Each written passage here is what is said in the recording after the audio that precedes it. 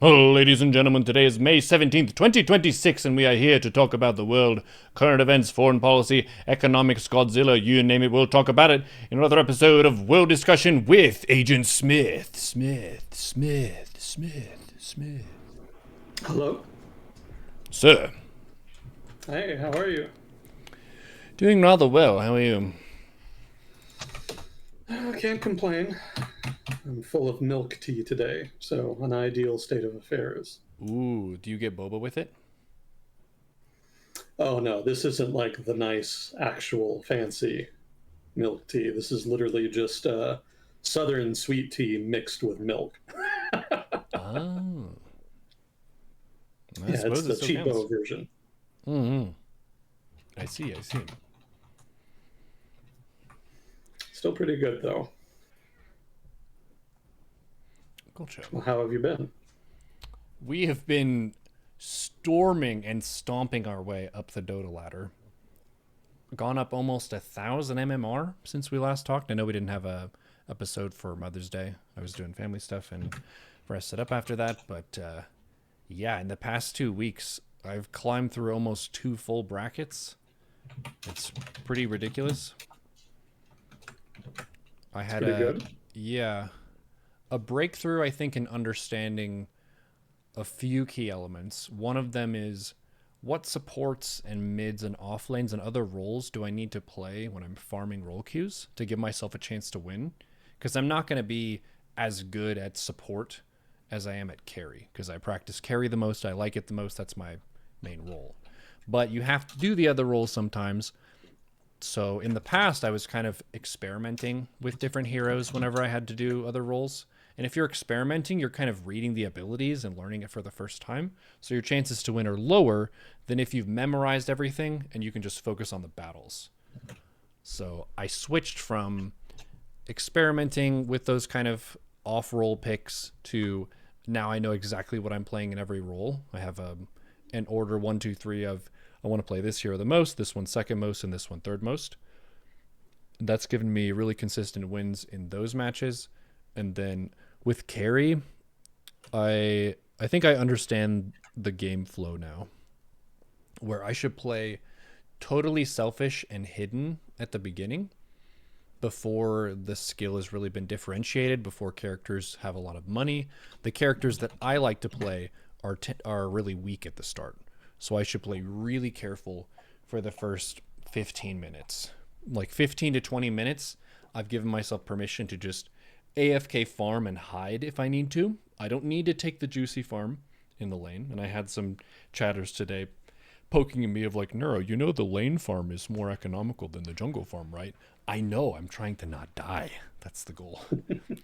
So me switching to a very safe and conservative strategy at the start of the game has given me way more consistent matches where I'm basically getting rich every single game instead of only getting rich when my team is ahead at the start.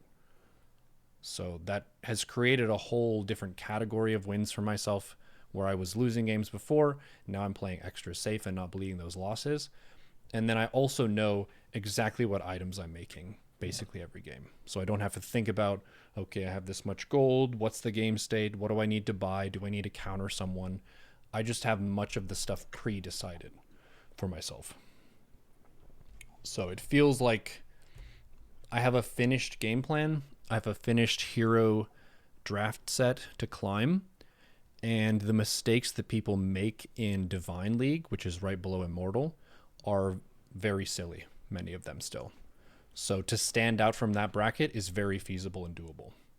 If you have good mechanics, your button pushing is good, your mouse clicking is good, and then you're on the right spot on the map for the game state, you will climb. Most people are really anxious and stressed out in that environment, so they end up making poor decisions just because they're emotional. So if you can also just be more calm and just try to make the next move that's best for your team, then yeah, there are really clear edges to climb. So I kind of hit that critical mass of a few key things clicked for me altogether.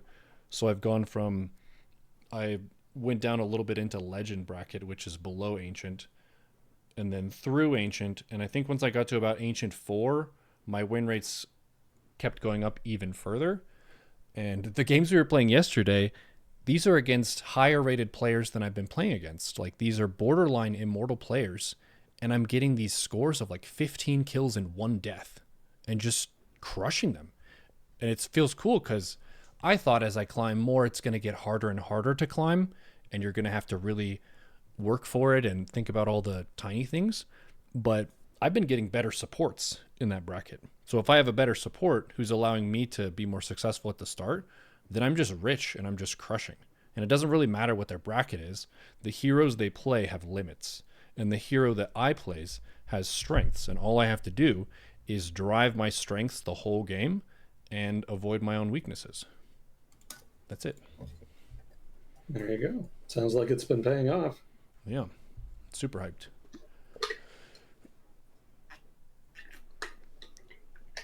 So more Dota in your future then? Yeah. We're pretty close to Immortal now. Divine 2, almost Divine 3. And then it goes up to Divine 5 before you break into Immortal. Oh, but nice. It's cool. It's kind of like I saw to the other side of one of the many mountains in the Dota esport landscape where I now understand what kind of skill is over that hill that I was kind of stuck at for a while. And the other side is very climbable too. There are a lot of silly mistakes through the Divine bracket. It's a very crushable bracket if you play disciplined and good mechanics. And the heroes that I've spec'd into, Terrorblade and Naga Siren, are my main two right now. They're both illusionists that involve farming with multiple units. So that's going to benefit my practice with StarCraft 2 and how I'm very used to switching my screen around quickly to manage different Zerg bases and different control groups. So having different control groups for my Naga Siren illusions and then for Terrorblade and his illusions has been pretty cool. It's something that other carries in my bracket are not doing. So my opponents also have less practice against what I'm doing. So I get that edge as well of speccing into rare Pokemon.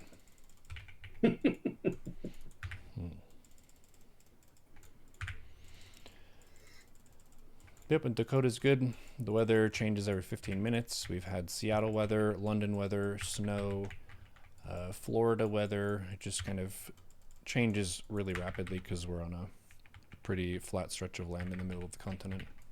It's high altitude though, so we have that going for us.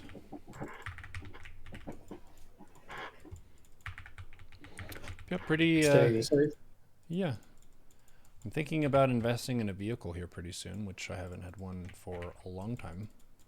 At least one to myself. When I was living in Austin is when I got rid of the BMW that I had. 1999. You'd be like, wow, you got rid of a BMW? Absolutely, yes. Bought it for 6,000 US dollars and spent more than that, maybe double that, in trying to fix it. Oof.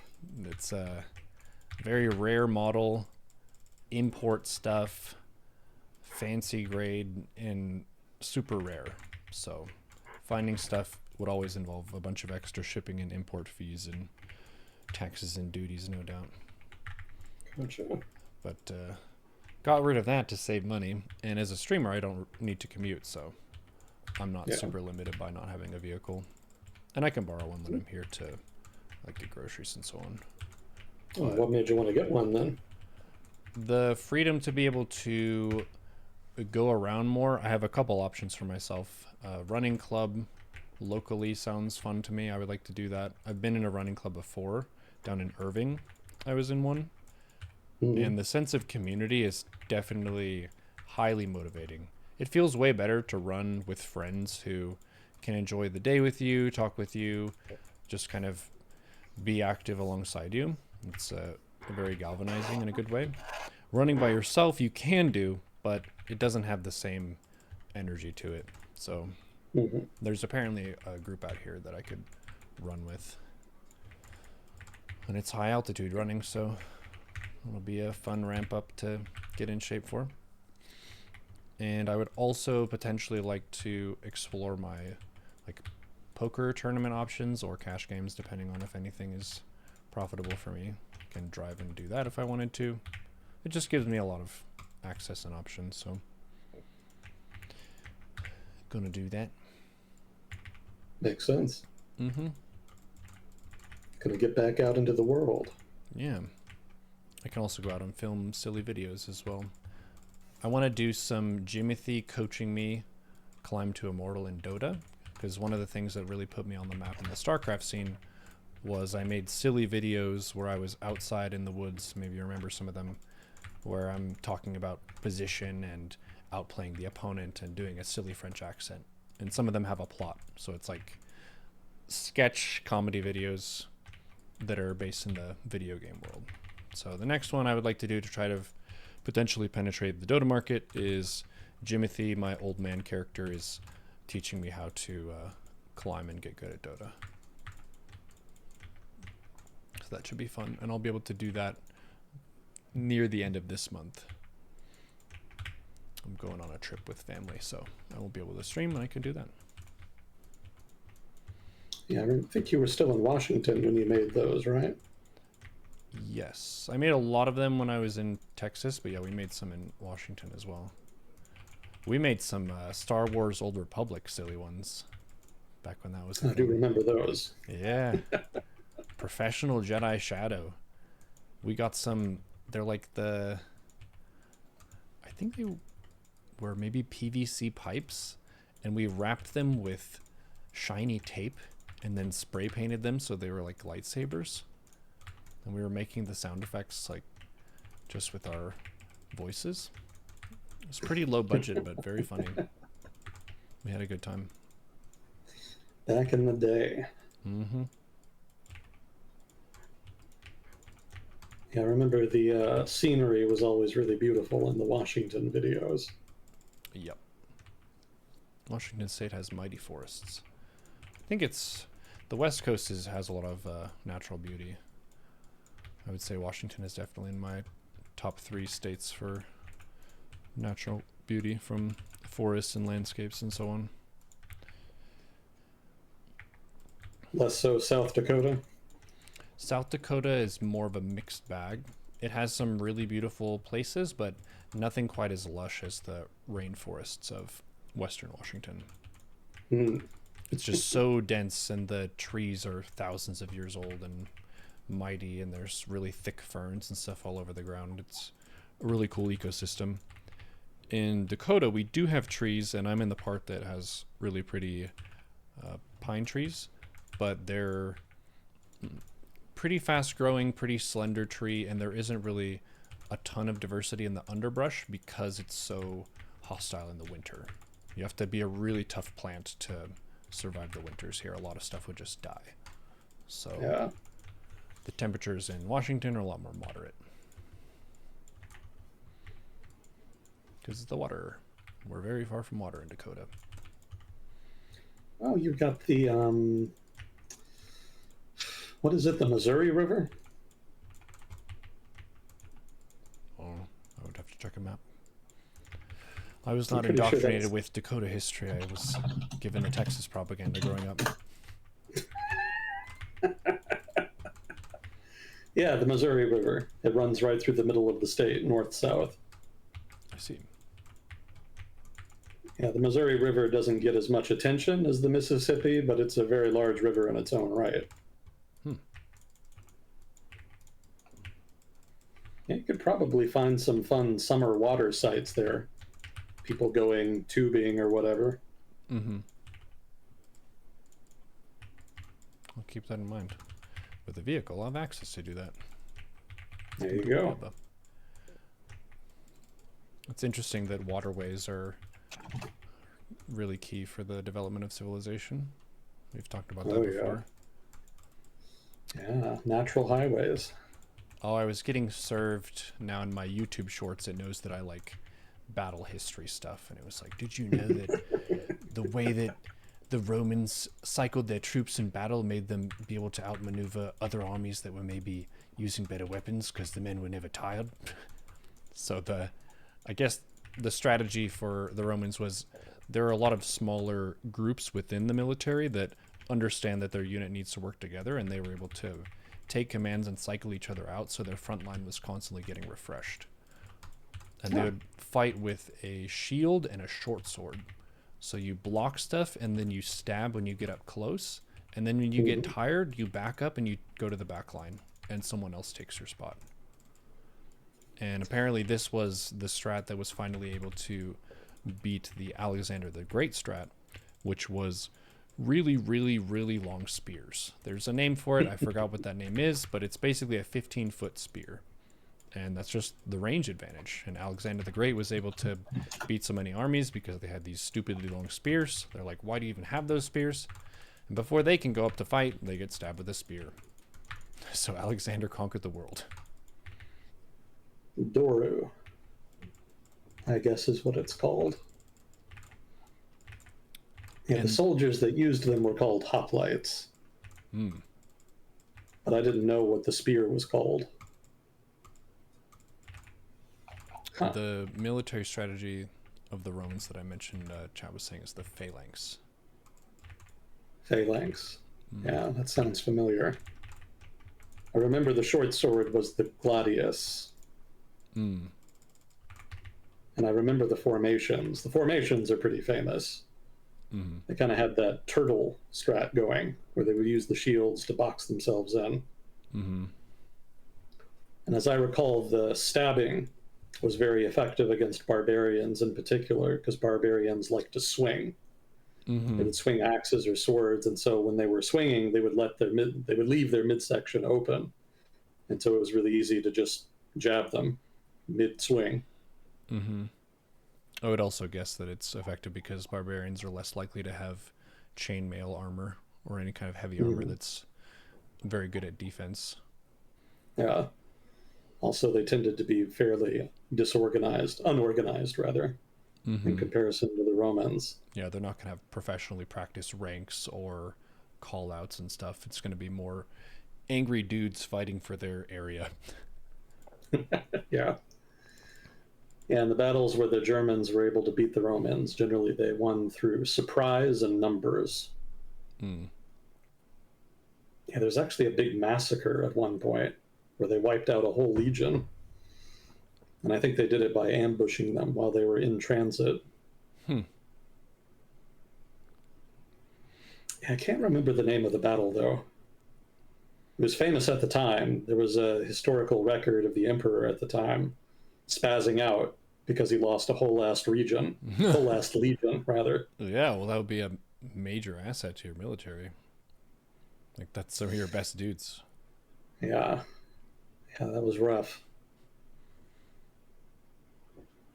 That's I remember. a tactic within StarCraft that's pretty important that you can leverage sometimes is there are certain types of armies that are extremely powerful, but they take a little bit of setup whenever they get to the location before they actually do damage, like siege tanks.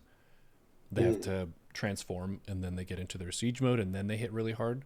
But there's that little second window that if the army is still walking across the map to go and then siege you and you just pounce on them when they think they're on the way there, they're not sieged yet, so you get a moment of opportunity where you can deal a lot of damage before they can really scale up theirs. And sometimes you can just catch them not paying attention and kill it completely really fast. So kind of sounds like what they did there. They didn't expect to be dealing with a conventional fight, so they're just people walking and chilling. Yep, that's about what it was. Just weren't prepared at all, so they didn't get the advantage of their normal formations. Native Americans were really good at that back in the day when the Indian Wars were still going on. Very good at laying ambushes. Yeah, and the battles where it was more formation v formation, generally Native Americans didn't make out too well. But where they could catch them by surprise, get them into hand-to-hand fighting, that kind of thing, they generally fared better. Although they did have guns of their own. But they generally weren't trained to do like lines, volley fire, that kind of thing. Agreeing to that kind of fight is such a bad idea, though, when you don't have that advantage. Yeah. Yeah, they tended to avoid it where they could. But sometimes they'd end up with some far-right ultranationalist basically in charge of the attack. And, it doesn't really matter what country or era, those kinds of leaders always prefer just the attack. There's kind of a cult of offense with people with that mentality that kind of transcends time and space. Yeah, I think So it that got relates to anyone with an extremely overdeveloped ego is going to be unable to articulate their vulnerabilities and the weak points that might lead them to not want to attack. They're not going to consider, mhm. like, what if our numbers are not as good as theirs? They're just going to be like, we are so much more awesome and I'm so much more chosen that this is definitely going to work because I'm so smart. Go attack. Yeah, many such cases all throughout history. They don't want to learn. They think they're special. Mm-hmm. Yeah, there were guys like that for the United States too, but they had the benefit of working from a stronger base, so they could kind of afford the losses when they suffered them. But native tribes, by contrast, didn't have nearly the reserve of manpower. So when they took heavy losses, it tended to cripple them for long periods of time. Mm-hmm.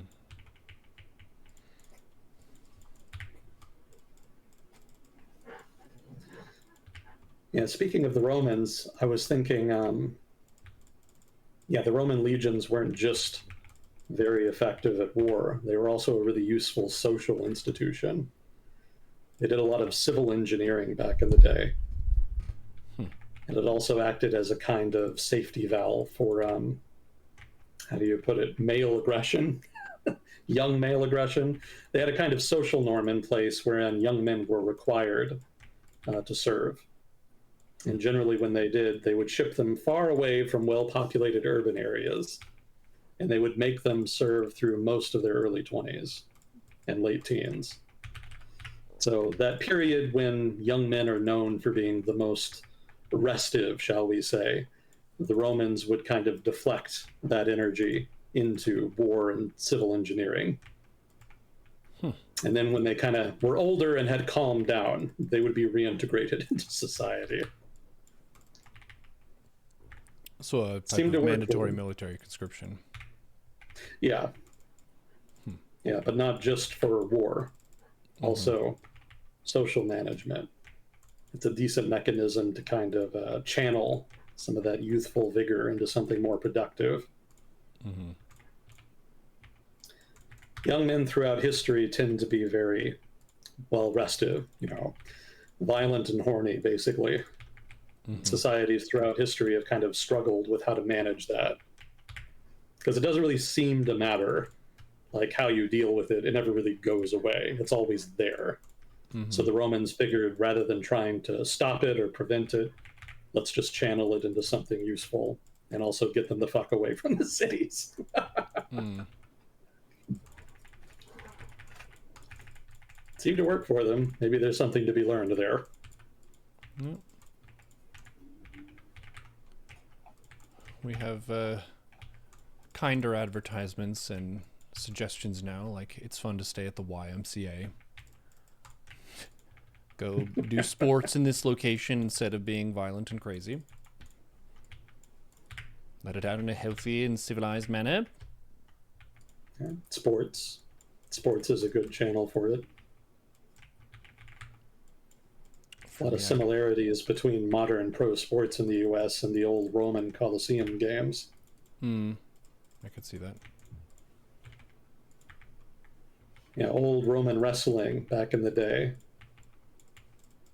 basically was exactly the same as the WWF now, or whatever it's called. They keep changing the name. Yeah. World American Wrestling, sort of the theatrical style of American wrestling with heroes and villains, and all the drama and Storylines. Yeah. storylines. Yeah, yeah, the Romans would do that, or more accurately, the Roman wrestlers would. They got to be very proficient at it. Hmm. Yeah, like they would. One of the little tricks they had is that they would try to get themselves fatty a little bit. And the idea was that if you get cut, it's better to be fatty because then you're not cutting into muscle, right? It's just fat. Mm-hmm. But it looks gnarly. It looks like you're getting cut deep and are bleeding and are actually injured, and it makes the experience more real. But there was a Mm-hmm. kind of norm that you didn't cut too deep, right? You'd just be cutting the fat of the Mm-hmm. other guy. So they kind of gamed it out. It was basically classical period kayfabe. Mm-hmm. Did not know that. Makes sense, Yeah, though. I knew they had naval battles in the Colosseum, which sounds pretty Oh crazy. yeah. It's kind of like what hockey is in a sense of you're creating an environment that wouldn't normally be there to host the sport. Because it's putting artificial ice on the ground, which is water. But instead of driving a Zamboni around, it would be boats. The boat battle. That would be popular now. Yeah. If somebody started doing that again, that would definitely get some attention for at least a year or two. The fact that they were doing it 2,000 years ago, like you say, that's pretty wild. That's impressive regardless of time period.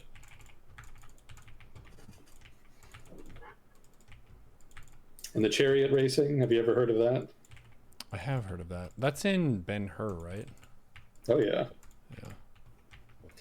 Yeah, it's basically just like racing now. You know, you'd have like celebrities who got famous for it. And I remember there were teams of racers too. I'm not sure there's a modern equivalent of that, but some of the teams would get really famous, and you'd end up with competing fan clubs following different teams who would fight with each other, you know, whatnot. Do you think the Yeah, fans of that lasted would have been as unruly as modern soccer fans? probably more so. There's no riot cops in like 2,000 years ago, whenever it was. So yeah, you could probably get away with a lot more back then. Yeah, the chariot racing lasted a long time because they had that relatively late in the history of Byzantium, like present day Istanbul, back when it was still Constantinople. They still had the, what was it called, the Helio, the Elephantine, whatever. The big stadium where they did the racing lasted for centuries after the fall of Rome. And they still had big fan clubs there following the different teams until like 1400s maybe. Maybe that's too late.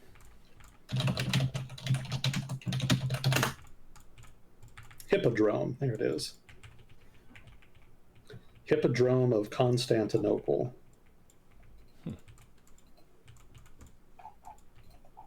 Yeah, when you've got a minute, you can try Googling an image of it. It looks pretty cool.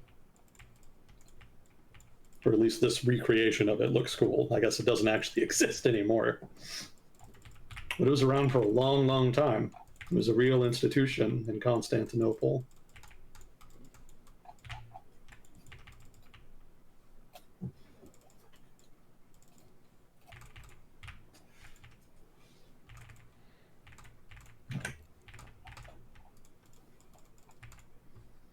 Well, Roman history aside, what did you want to get to today? Chat was pretty quiet when I asked them what they wanted to talk about. Someone mentioned Trump posted clips of some atomic thing happening in space, but that's about it. I haven't seen anything about that, so I can't comment. Trump posting something? This must have happened recently. He would never. You know he would. I fully expect as much. Actually, we haven't done the Trump highlight reel in a while. That's getting a little thick.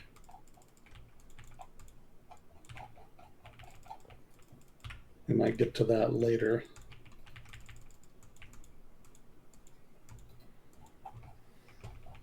Well, there's always the Iran update. We can dig into that. Sure. And chat, if you have any questions, feel free to let us know. Okay. So let's see. This is going to be for the past 2 weeks since we didn't do Mother's Day. I totally forgot about Mother's Day. I kept wondering, like, is he going to text today? Like, should I keep waiting? And then it kind of hit me, like, oh, fuck, that's right. Yeah. Oh, let's see. So, leaked intelligence assessment. So I think this one was 2 weeks ago.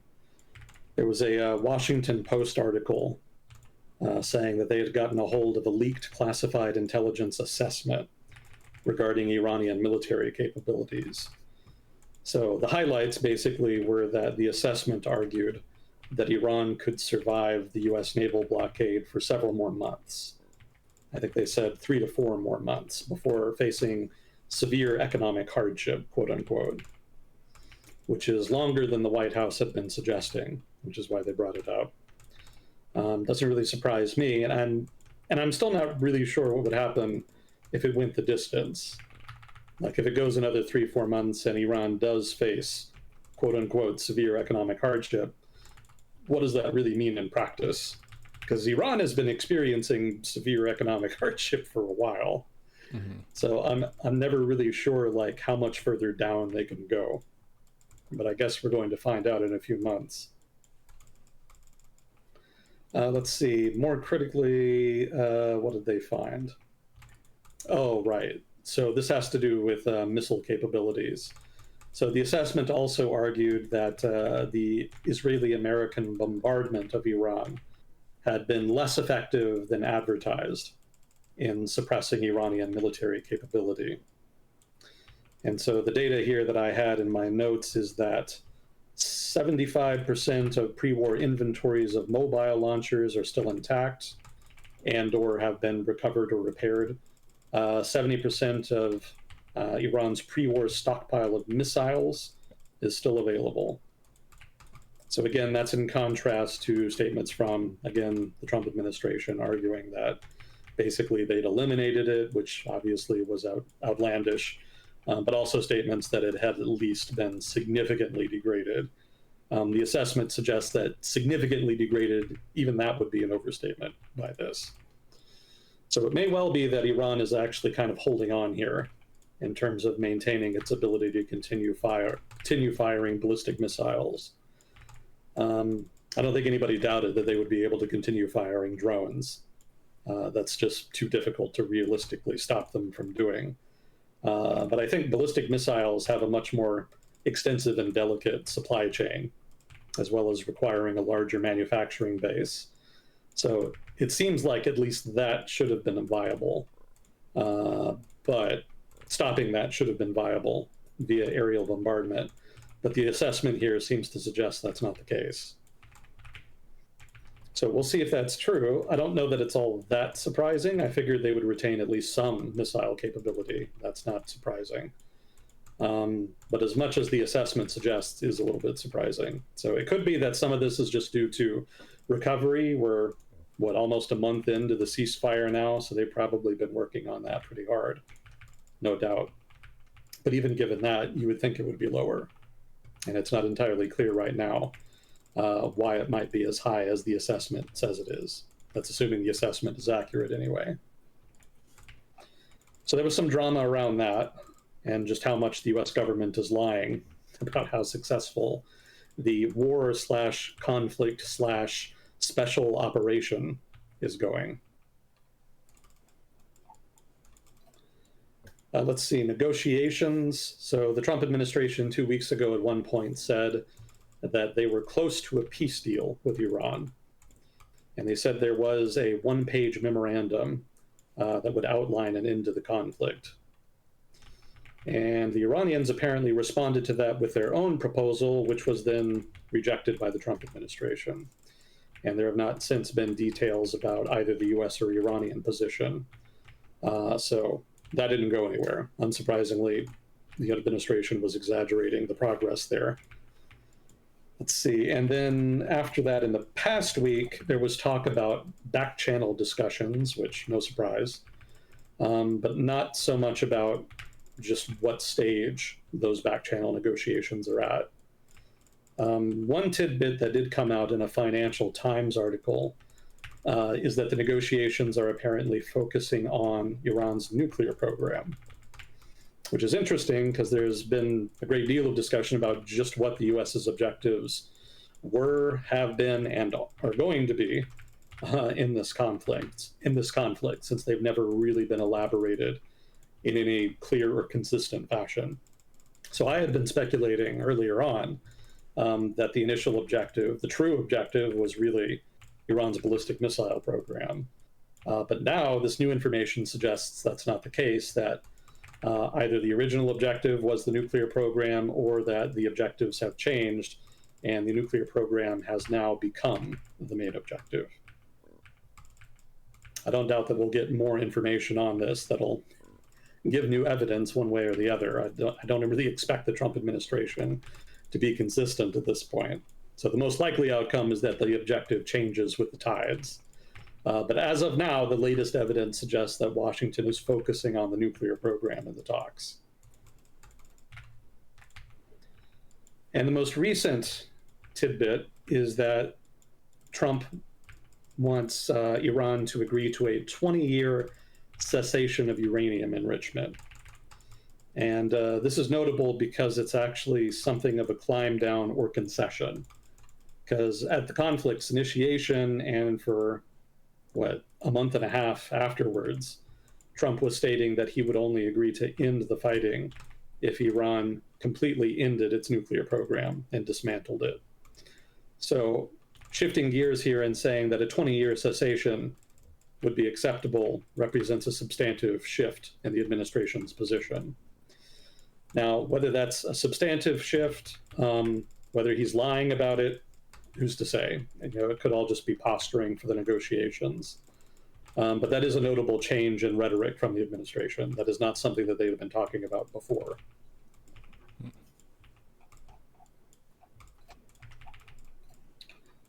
So let's see. 2 weeks ago in the Straits of I keep doing that. In the Strait of Hormuz, there was some drama.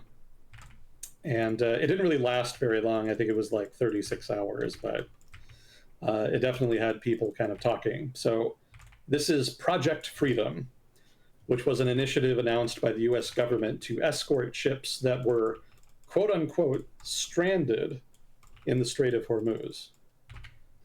So the project apparently was exactly as it sounds, basically an operation designed to escort ships. I don't know why they felt it necessary to elaborate. They were going to escort stranded ships. That might have just been some Trumpian rhetorical flourish. Regardless, it didn't really end up going anywhere, but there actually was some skirmishing with the IRGC while they were attempting to move forward with it. Let's see. And again, it only lasted about 36 hours before it was canceled, really, but the government framed it as a pause, allegedly due to supposed progress in talks with the Iranian government. So basically, the drama had to do with some US destroyers that supposedly crossed the strait, allegedly successfully escorting some merchant ships in the process. Iran said this was entirely false, but they're not really especially trustworthy in their own right.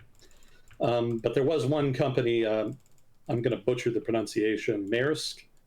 That's a major shipping corporation. They did confirm that one of their vessels had been able to exit the Gulf accompanied by the US military. So there's at least one ship that the US Navy successfully escorted through the strait. Now, the Iranian government, for its part, said that when this happened, that they did fire some warning shots at the destroyers. And they also said in a later statement that they had actually hit one of the ships, although that was reported only in domestic Iranian media, so it's probably exaggeration for domestic political effect. Now, there was another report that Iran fired a volley of drones and missiles at GCC nations. Not entirely clear why, it wasn't really elaborated, but I think the implication was that it was done in retaliation for the US Navy running the gauntlet through the Strait of Hormuz and trying to escort ships. Interestingly, Trump himself responded to media questions about this by arguing that Iran had not violated the ceasefire when they did this, when they fired the volley of missiles and drones at GCC nations. And he characterized it as basically just a few missiles. So that seemed to represent some flexibility there on the part of the president, kind of going out of his way to try to maintain the ceasefire. Now, later on, there was an additional story elaborating further, saying that the United States had struck 7 Iranian small boats in the Strait of Hormuz. And there had been reports in earlier weeks that one of the ways the Iranian Navy was trying to enforce their own de facto blockade of the Strait of Hormuz was using some of these boats. They had not really been using them before the ceasefire, though. Basically, the U.S. and Israel had destroyed most of them or were otherwise preventing them from operating. But after the ceasefire, there were reports of some of these boats coming out and harassing ships. So it seems that after this exchange of fire, both between the US and Iran and between Iran and the GCC nations, the US retaliated by striking some of these boats, apparently via Apache helicopters and MH-60s. That's what I have in my notes, and I was surprised to read that when I originally read the article. The MH-60 isn't really designed for that, but what is that? Apparently, the MH-60 is, God, how do you describe the MH-60? It's a specialized version of the Seahawk helicopter. You've probably heard of the Black Hawk helicopter, right? The UH-60. Mm-hmm. Yeah, exactly. So there's different variants of the Black Hawk. One of them is used by the Navy, and they tend to use it for, I think, anti-submarine warfare. And the MH-60 is, if I'm remembering correctly, the Special Forces variant. Mm. And my understanding was that the MH-60 was more for delivering special forces to basically hard-to-reach locations or for extraction, stuff like that. I didn't really think of it as being used in an attack role. Mm-hmm. But I guess hypothetically you could kit it out for that. But it seems like an odd choice to me, especially when you've got Apaches, which are obviously going to be much more effective in an attack role. Well, regardless, they sicked some helicopters on the small boats and allegedly sank some. I see. Now, after that, the IRGC gave a warning about it, basically saying that they sent warnings to vessels, astride the strait, that any who passed through the closed waterway would be, quote, struck and destroyed, unquote, basically reiterating the existing policy. But afterwards, things quieted down. Like I mentioned earlier, the Trump administration ended up announcing the pause in Project Freedom, and the Iranians ceased taking escalatory action in response. So there was a brief series of escalations in the Strait in response to the American initiative, and then everybody went back to the status quo ante.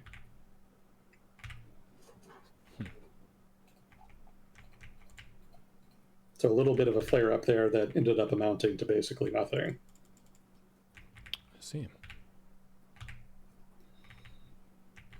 Now, there was one interesting bit here about Saudi Arabia, and I don't have the article I read this in originally, but supposedly one of the reasons Trump paused his plan to reopen the Strait of Hormuz, that's again Project Freedom, is that apparently Saudi Arabia blocked the U.S. military from using its bases and airspace for the operation. So, for example, the U.S. would not have been able to use Saudi airspace or facilities to refuel aircraft, rearm aircraft, etc. So I don't know how true that is necessarily. It could just be somebody in the U.S. government trying to cover for the fact that they're kind of walking back on the initiative. But if it's true, it's notable, because the Saudi government has been a little cagey about how it really feels about the ongoing operations against Iran. Indeed, about the initiation of the conflict in the first place. There's been evidence that they kind of supported it and back to the U.S., but there's also evidence that they were a little dubious about the prospects of an operation like this, and that they've been kind of trying to restrain the U.S. government a bit. So this is the latest evidence that the Saudis are actually more in the constraining camp, that they don't like the Iranian government, but they don't really like war either, since that's very disruptive, obviously.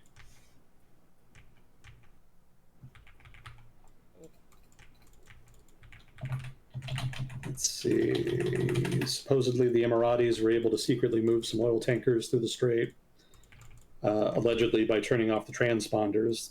I could see how that would be effective, but that's not really a scalable solution. Certainly, the Iranians will catch on to that, and they'll come up with methods of observation that will allow them to catch those. But on a small scale, that's workable. So it is not an airtight blockade here by either the US or the Iranians. And then another Strait of Hormuz tidbit, the Iranians apparently seized an armory ship in the strait. I had never in my life heard of an armory ship, so I was very curious about what that was. So apparently it was a ship that was holding weapons and ammo for mercenaries whom are providing security on merchant vessels. And I was not able to find elaboration on that because I was also curious. I know that international rules were changed to allow security guards basically on merchant ships in response to the growing issue of piracy, especially around the Horn of Africa, but also in the Bight of Biafra and other similar places like in Southeast Asia that were having piracy problems. Before the rules were changed, you were not really supposed to have any armed personnel on board merchant ships. That was kind of a it wasn't an ironclad rule, but in general, you were not supposed to do that. But issues with international piracy on the high seas got to the point where they felt it was beneficial to change the rule. They did. Piracy declined. Everybody was happy. So I'm assuming that's what this is. I don't know why you need an armory ship for them, though. That kind of made me a little suspicious that maybe that's not what this is, and that maybe this is some other initiative that was started by GCC nations in order to try to protect their ships. Again, I wasn't able to find elaboration on that, so we may be hearing about this again. Regardless, the armory ship in question was seized by the Iranians, and they're hanging on to it. I don't think they gave any word about why they seized it, or whether it was trying to move through the Strait of Hormuz or what have you. Just that they seized it. So a not insignificant amount of fog of war at this point in the Strait of Hormuz. Lots of bad faith actors fighting each other and lying their asses off, thereby making it very difficult to figure out just what exactly is going on. But there's definitely action afoot, it would seem. People are making plays. Not very effective plays, I would point out, but they are trying.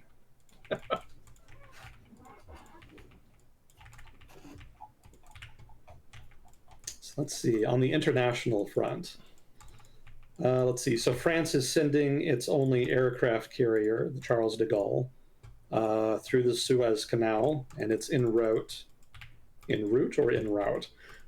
the Red Sea. And the French government is saying that it's going to deploy to the southern Red Sea, supposedly in preparation for a future freedom of navigation operation in the Strait of Hormuz. So previous statements from Paris about this have suggested that they're not actually going to do anything in the strait until the current conflict is over. So they may have some inside information here that a potential resolution is near, because otherwise that carrier could be waiting a while. Alternatively, they may actually push forward with this and actually try for a freedom of navigation operation, despite the fact that the strait is still closed. That could be exciting, because presumably the Iranians will respond violently. And I'm not sure what a single French aircraft carrier with relatively limited support is going to be able to do about it. So my assumption is that the French will kind of park it, suppose it probably just a signal to the US government that they're willing to do something, but that something is not actually going to happen until it's no longer dangerous to do that something. Mm-hmm. So basically some theater here for the benefit of the US government, so they can say that allies are helping. That's my reading as of now, anyway. Let's see, the US government has also been lobbying the Emiratis to get more involved in the, again, whatever you want to call it. Let's just call it the war. That's the easiest. The Emiratis are the most hawkish of the GCC nations, so that's probably not a hard sell, but the Emiratis have been relatively reluctant to get directly involved. I think they did launch some airstrikes against Iran a couple weeks ago, when before the ceasefire, basically in retaliation for the Iranians attacking them. But I don't think they kept that up on any consistent basis. You know, it wasn't like they didn't join the Israeli-American air campaign, for example. They basically just launched some token airstrikes, as I understand it. And supposedly the US government is also encouraging them to potentially seize one of Iran's Gulf islands. which would be especially aggressive. Even the United States hasn't done that yet. So I'm interested in whether or not the US is trying to get the Emiratis to act as a kind of proxy, since they figure they might be more willing to take the casualties of taking an island, since they're more likely to actually keep it or something.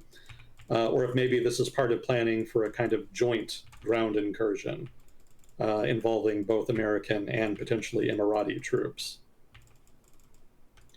Different ways you could kind of interpret that. Also, it could just be cheap talk designed to intimidate the Iranian government for the benefit of the American position in negotiations. That's also a possibility. I really don't know if the Emiratis even have the capability to take an island on their own. They would probably need significant help, and they would probably continue to need help to hold it, even if they were able to take it in the first place. So I'm kind of leaning towards cheap talk on this one, but with the Trump administration, you never really know. The fact that they can't do something doesn't really seem to stop them from trying sometimes. So they may well be plotting something here. And then just today, there was some news that an Emirati nuclear reactor was damaged, supposedly by Iranian drones. And it's not entirely clear what was meant here. The assumption is that the Iranians are signaling that the Emiratis need to back the fuck off. Because again, the Emiratis have been the most hawkish of the GCC nations. And they've pushed pretty hard for the United States and Israel to take the operation to its conclusion.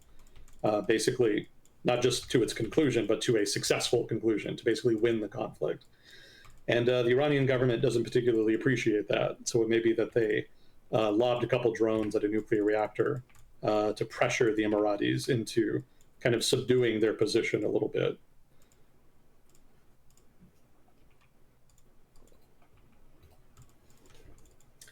So more on the Saudis here. So the Saudis announced, this is another Financial Times article.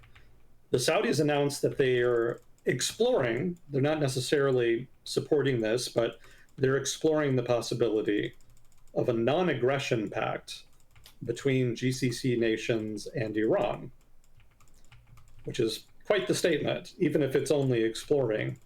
That's a pretty dramatic break from their pre-existing position, which is that Iran was basically an implacable foe whom they either needed to confront or try to deal with, but not necessarily one that you would make a non-aggression pact with. That's very new.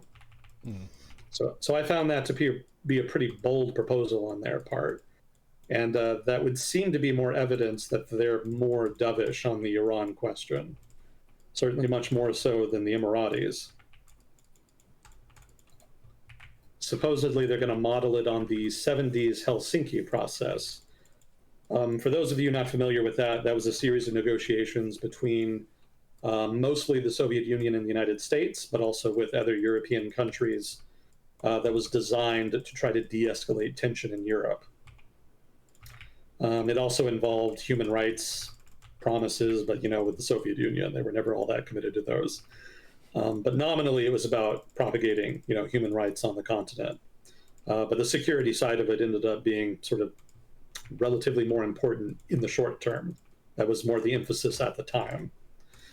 The human rights stuff ended up being more important in the long term, but the relevant aspect here is the security aspect, where they were trying to de-escalate tensions. And it was relatively effective, and it seems the Saudis want to try to replicate that to some degree. Now, mind you, the Helsinki process did not involve full resolution of any and all conflicts between East and West in the Cold War. So it was not necessarily the most ambitious initiative. It was rather meant more to be an incremental improvement, if you will. And so that's not an unwise proposition when you're stuck in a confrontation, especially an openly violent confrontation with a rival, whom you have a lot of big differences with. So ideally, you would have a full resolution. That's actually what the Iranian government is pushing for in negotiations. But if you can't do that, then the next best thing is some kind of incremental improvement that might resolve some issues and then also build good faith, so that maybe both sides can continue making concessions in the future that eventually will result in a final agreement. So that seems to be the logic here. And the European Union and some of the other institutions, international institutions in Europe, have actually backed this publicly now. They fully support it. That's obviously, they've traditionally preferred diplomatic resolutions to conflict in the Middle East, so no surprise they would back this. But the fact that they're openly backing it means that it's not just a rumor. That there does seem to be some traction there. So it'll be really interesting to me if, after all of this fighting and drama, the conflict resolves in a full-on non-aggression pact between Iran and Saudi Arabia and potentially other GCC nations. That would be a wild, unexpected, long-tail outcome. That would shock me. Probably it's extremely unlikely. It almost certainly won't happen, but you never know. International diplomacy can take some wild swings sometimes. It would not be a bad outcome, but I don't know how the Trump administration would necessarily feel about that, or the Israeli government for that matter. And the Emiratis would probably reject it. I don't know that they would participate even if it actually moved forward. Certainly the Saudis have reason to want to manage the relationship with Iran. And since they're relatively dovish in the GCC, it makes sense that they would pursue that tack. But the Israelis and the Emiratis are likely to not be on board, and that kind of limits the upside of an agreement like that. And if the Trump administration doesn't want to participate or at least tacitly bless it, then it's probably dead on arrival and probably just can't go anywhere in that case. But on the other hand, if the Trump administration is just more passive, if they back it or maybe more likely just kind of abstain, it could actually get traction and move forward even with Israeli Emirati opposition. And at that point, you really could see a dramatic sea change in the balance of power in the Middle East. Because if the Saudis are sitting out confrontation with Iran, then it ceases to be a confrontation between Iran and the only other major oil exporting power in the region, combined with whomever the fuck else, the Emiratis, the Israelis, whoever. It becomes just a confrontation between the Iranians and the Israeli Emirati axis, with the Americans kind of wavering in the background, depending on who the president is at a given time. So we'll see what happens with that. There could be some big waves there. I wouldn't bet on it, but keep your eye on it.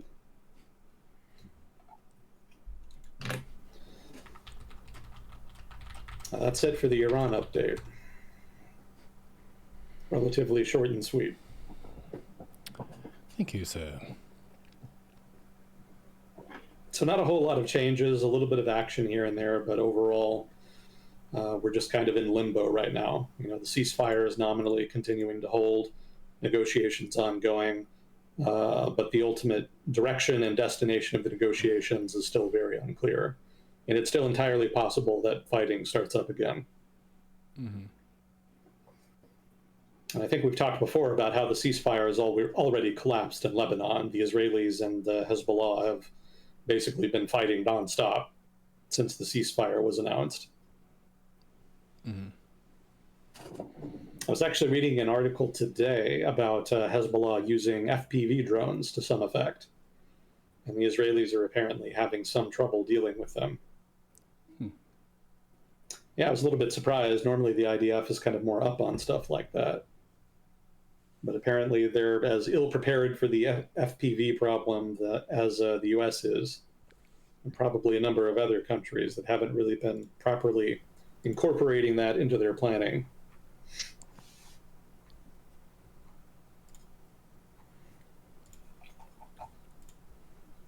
Did you see Trump went to Beijing? I heard something about him saying that Taiwan should not pursue independence after talking to Xi Jinping. Yeah. Yeah, that was one of the outcomes of the talks. There was some question about just what they would discuss and whether or not anything substantive would come out of it. And ultimately, the answer was no. I don't think the relationship has changed virtually at all on account of the meeting. So I'm not sure exactly what they got into while they were meeting, but it doesn't seem to have resulted in either significant improvement or deterioration in Sino-American relations. Given how volatile Trump can be, that's probably a blessing. That's probably the best possible outcome. But it does kind of represent a wasted opportunity to address ongoing issues and try to reach cooperation, try to initiate cooperation on something. Generally, in previous summits between Xi Jinping and American presidents, even if they can't reach any kind of consensus on the big issues, they've generally been able to reach some kind of agreement on minor issues, like the fentanyl issue during the Biden administration. I think Trump did try for some purchasing agreements. That's actually in my notes here. I'll kind of get to that. But I don't think there was a lot of success there. Nothing big has been announced. And that's in contrast to previous Trump visits to China, where they almost all ended in the announcement of some kind of Chinese commitment to purchase X amount of American agricultural goods over some set time frame. That doesn't seem to have happened here. It could come out later. You never know, they might have negotiated something in secret, but normally when that stuff is agreed, both governments kind of announce it very publicly and make a big deal about it. And that does not seem to have happened here. I would guess, and everyone's biased, myself included, that Trump's objective going into that meeting was to feel good as a person in a position of power in a room with another person in a position of power. And that's about it. I concur. I'm sure that tickled his fancy, no doubt. I think that's kind of his preferred mode of diplomacy. But you can only do so much with it, especially when the counterparty is not really interested in making big concessions. So what did happen? There were some things that came out of the meeting. One, Beijing announced that it would buy 100 Boeing planes. However, that announcement came exclusively from the US government. There has not actually been any word from Beijing yet that they're going to do this, which is a little suspicious. It could be that Beijing just doesn't care to announce it. So maybe they will actually try to follow through on this. However, the downside is that that's a very large purchase, and they've canceled purchases much smaller, about roughly the same size, actually, in previous trade flare-ups with the United States. I think in the last one, I think it was in 2025, actually, so not that long ago, where they announced that they would just stop buying Boeing planes. Maybe it was in the first Trump term? I'm suddenly having trouble remembering. But regardless, they had significantly curtailed purchases from Boeing. And I think at one point they basically intimidated Chinese airlines into stopping entirely. So this does represent something of a concession on the part of Beijing. But given the history of Sino-American trade tiffs over the past 10-some years, I don't doubt that during the next tiff, this will be one of the first things to go. And there's also a huge backlog of orders in Beijing. Sorry, Boeing. Boeing has a big backlog of orders. So whatever Beijing buys is going to be at the end of the line. So I don't think they're going to expect to actually get any of those, given that there's almost certainly going to be some other dumb shit happening with the trading relationship at some point. So another item that came up, a board of trade. So supposedly they talked about setting up a board of trade that will adjudicate trade issues in the future. So instead of having trade issues be dealt with through bilateral diplomacy or institution to institution ties, they'll just create a whole new institution in which these sorts of issues will be talked out. So that could be useful if it's actually robustly designed and if it's actually operationalized into law. But given that it's Trump and the Trump administration, it's probably going to end up like the Board of Peace in the Middle East, where it's more a vanity project for the Trump name than substantive institution. So I'm open to this potentially evolving into something useful, but The Trump track record on these things is pretty poor, so I'm dubious that this gains traction and goes anywhere. So the next item was an investment mechanism. Secretary of Treasury Bessent said that there would be a mechanism in this vein set up that would facilitate Chinese investment into the United States, which is interesting to me because the US government has been kind of going out of its way to throttle Chinese investment in the United States for some years now. They've tried to focus it mostly on strategic technologies, that kind of thing. But it's also kind of chilled overall Chinese investment into the United States. So this mechanism could be a way to warm up the chill, so to speak, and try to get more Chinese money flowing back into the US economy. But that said, the overarching relationship is still kind of shaky, and I think the risk from that is going to be the main problem for Chinese investors looking at the US. I don't know that an investment mechanism is going to ease those concerns.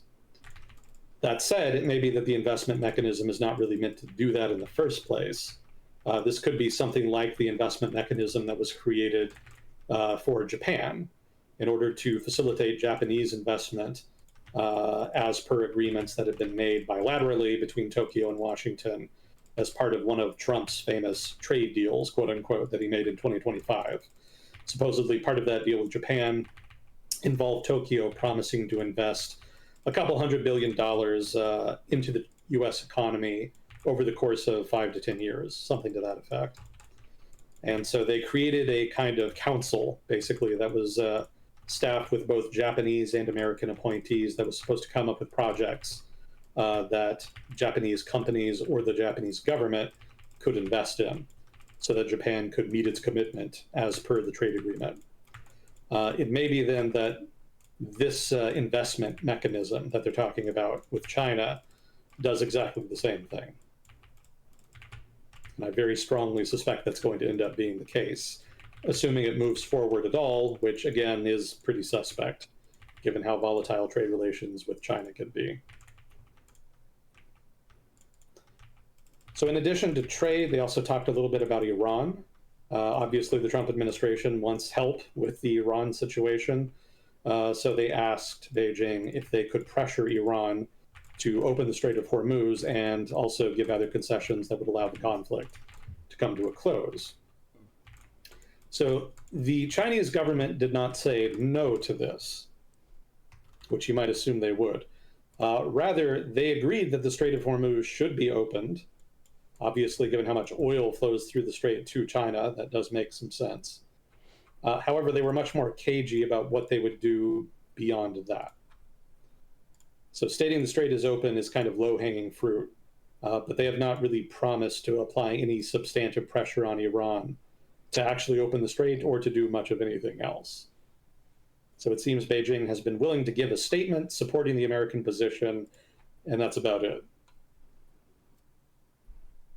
And as you mentioned, the other item was Taiwan.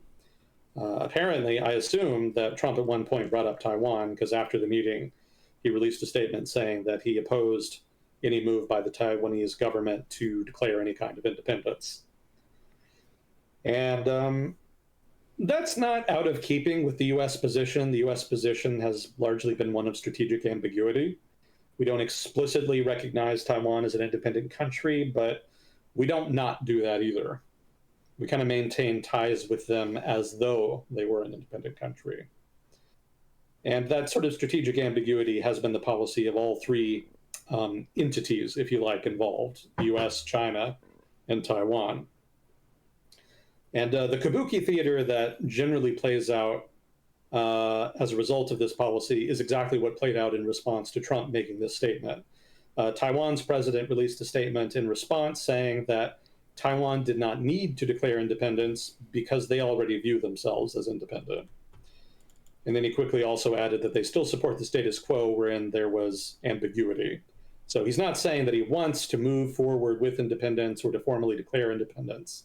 He's just saying we're already independent, so we don't need to declare anything. Mm-hmm. Also, we support the status quo and don't want to make waves. Please don't hit us. Yeah. So I think largely Trump's statement is just a reaffirmation of the status quo. I don't think anything is really changing there. So I don't really begrudge that statement. That's the gist of it. Those are all the main items that I had in my notes here. Nothing else seems to have come of it. Again, the outcome of the meeting is bereft of any of the normal announcements of like big purchases, especially agriculture, that kind of thing. Boeing is the only one nominally, but again, I'm super dubious that's actually going to stick. Status quo ante, basically, which again is probably the best we could have hoped for. Mm-hmm. Yeah, I imagine the Sino-American tension, so to speak, such as it is going to be put on the back burner again for another 3 months, let's say, another quarter, or until the next flare-up happens, wherever and whenever that is.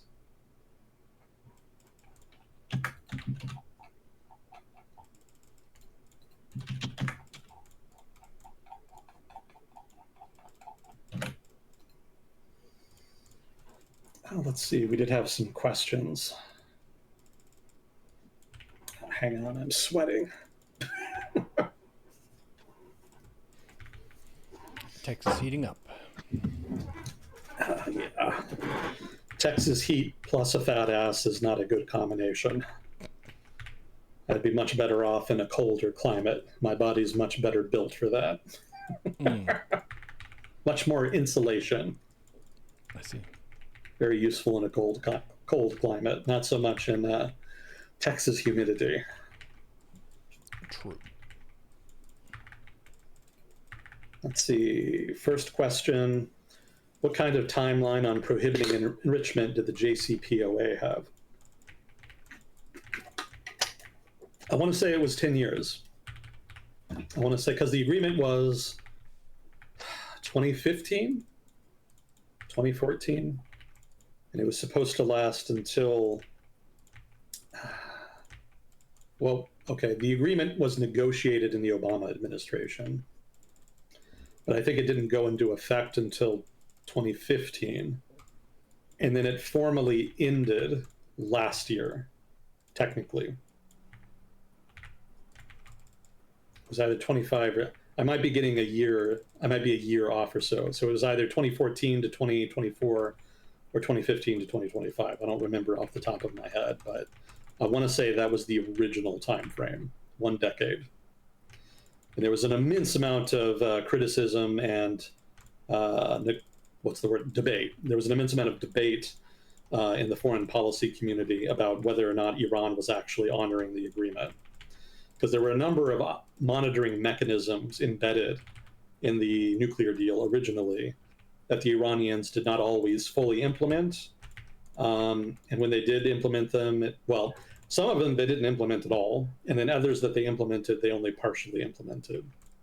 I think there were some that were fully implemented, but it was kind of a mixed bag, and that led a lot of people to kind of implicitly assume that they must be still enriching uranium beyond the limit agreed in the original deal. So that was one of the criticisms of the agreement, that allowing Iran to enrich uranium at all and to not formally end the program completely basically left them too much discretion that they could use to secretly continue the program.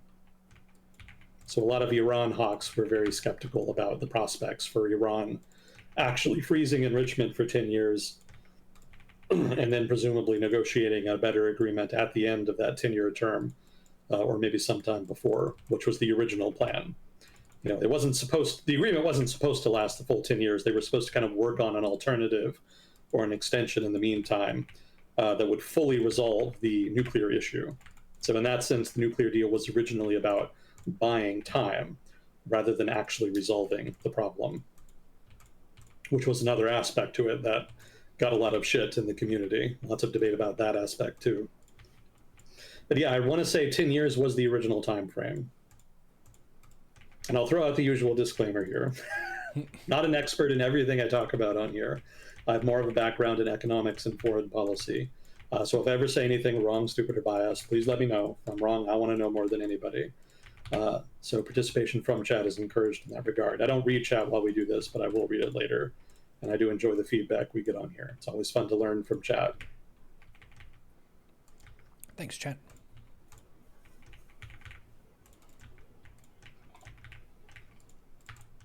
Let's see. One of the theories I've seen on why Iran is offering to quote unquote dilute their uranium and China's offering to take it off their hands is to avoid forensic identification of its origin.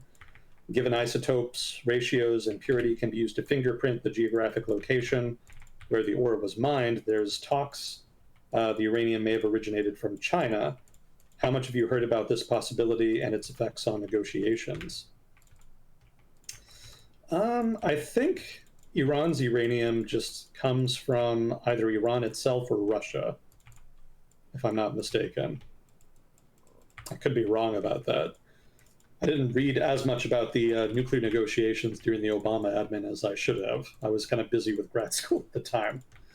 That kind of crowded out my schedule a bit. But yeah, if I'm remembering correctly, I don't think the origin of Iran's uranium is any kind of big secret. I think it was kind of established that they mined it themselves and maybe got some from the Russians.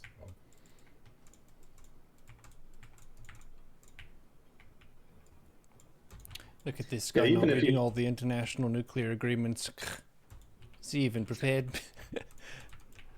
That's funny. yeah, I don't know if it did come out that China had given them some uranium, that it would be a big deal. Like, I mean, maybe that would. I guess I'm not sure off the top of my head if the Non-Proliferation Treaty bars transfer of uranium per se. I think they do regulate it, because if you want a nuclear reactor in your country, you can totally import nuclear equipment and all of the enriched uranium you need to run it, to fuel the reactor anyway. And I think that much is regulated by the Non-Proliferation Treaty. But I'm not sure what the treaty's provisions argue should be done in cases where a country is trying to develop its own nuclear weapon. Presumably sanctions, I think, are justified under the agreement.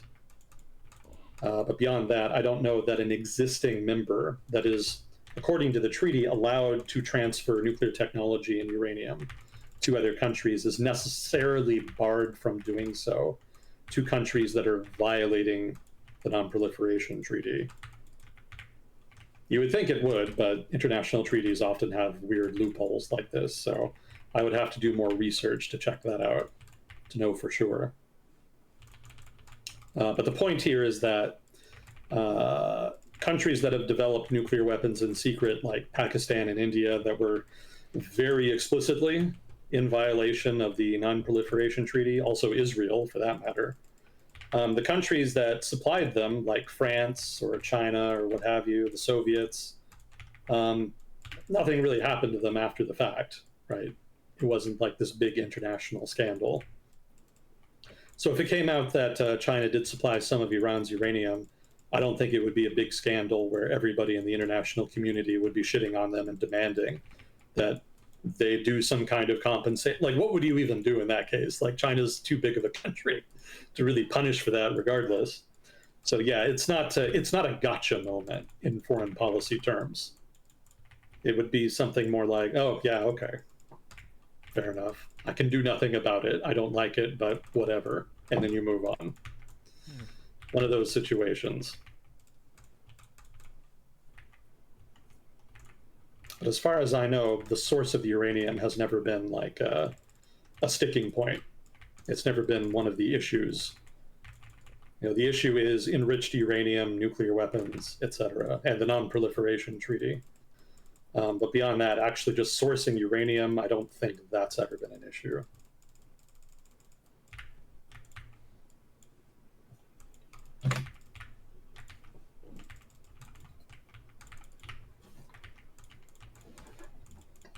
Well, that's all we had for questions.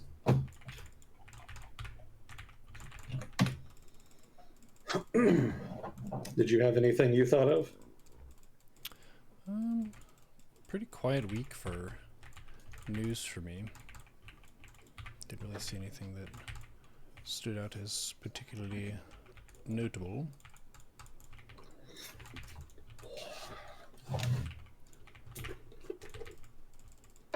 You know, in an era where so much is going on, a lot of it feels kind of gray. It kind of blends together. The world can only be so unstable and violent before it all just sort of merges together into a violent blob that seems indistinguishable from one conflict to the next. Especially when the leadership is this bad.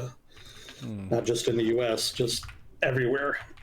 Lots of countries seem to have gotten overly ambitious shitheads in power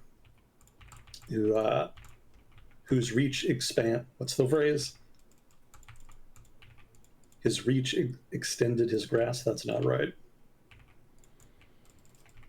Their reach was way too fucking far and caused a great deal of institutional decline. I haven't said it in so long, I forgot it. Reach exceeds grasp. There we go. His reach exceeded his grasp. I don't know if I'd heard that one before. It's an old one. It's been around a long time. I dusted it off for you, Neuro, from the back of my mind. Thank you.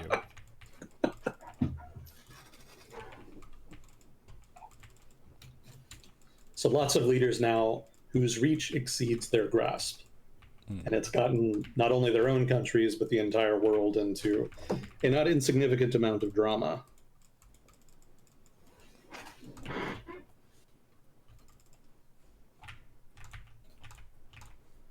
Did you hear about Cuba recently? No. What happened? Yeah, that still seems to be on the Trump administration schedule. I still don't know entirely what they want to do, but their pressure campaign is ongoing, and it's showing some results. Obviously, it's had a dramatic impact on the Cuban economy, which was already in dire straits. But there were protests in the capital recently, in Havana, in response to power outages that in part stem from the American blockade.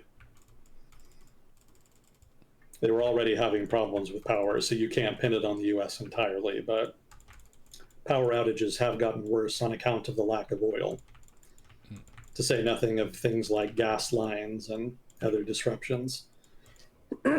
So that at least partially contributed to protests in the capital recently.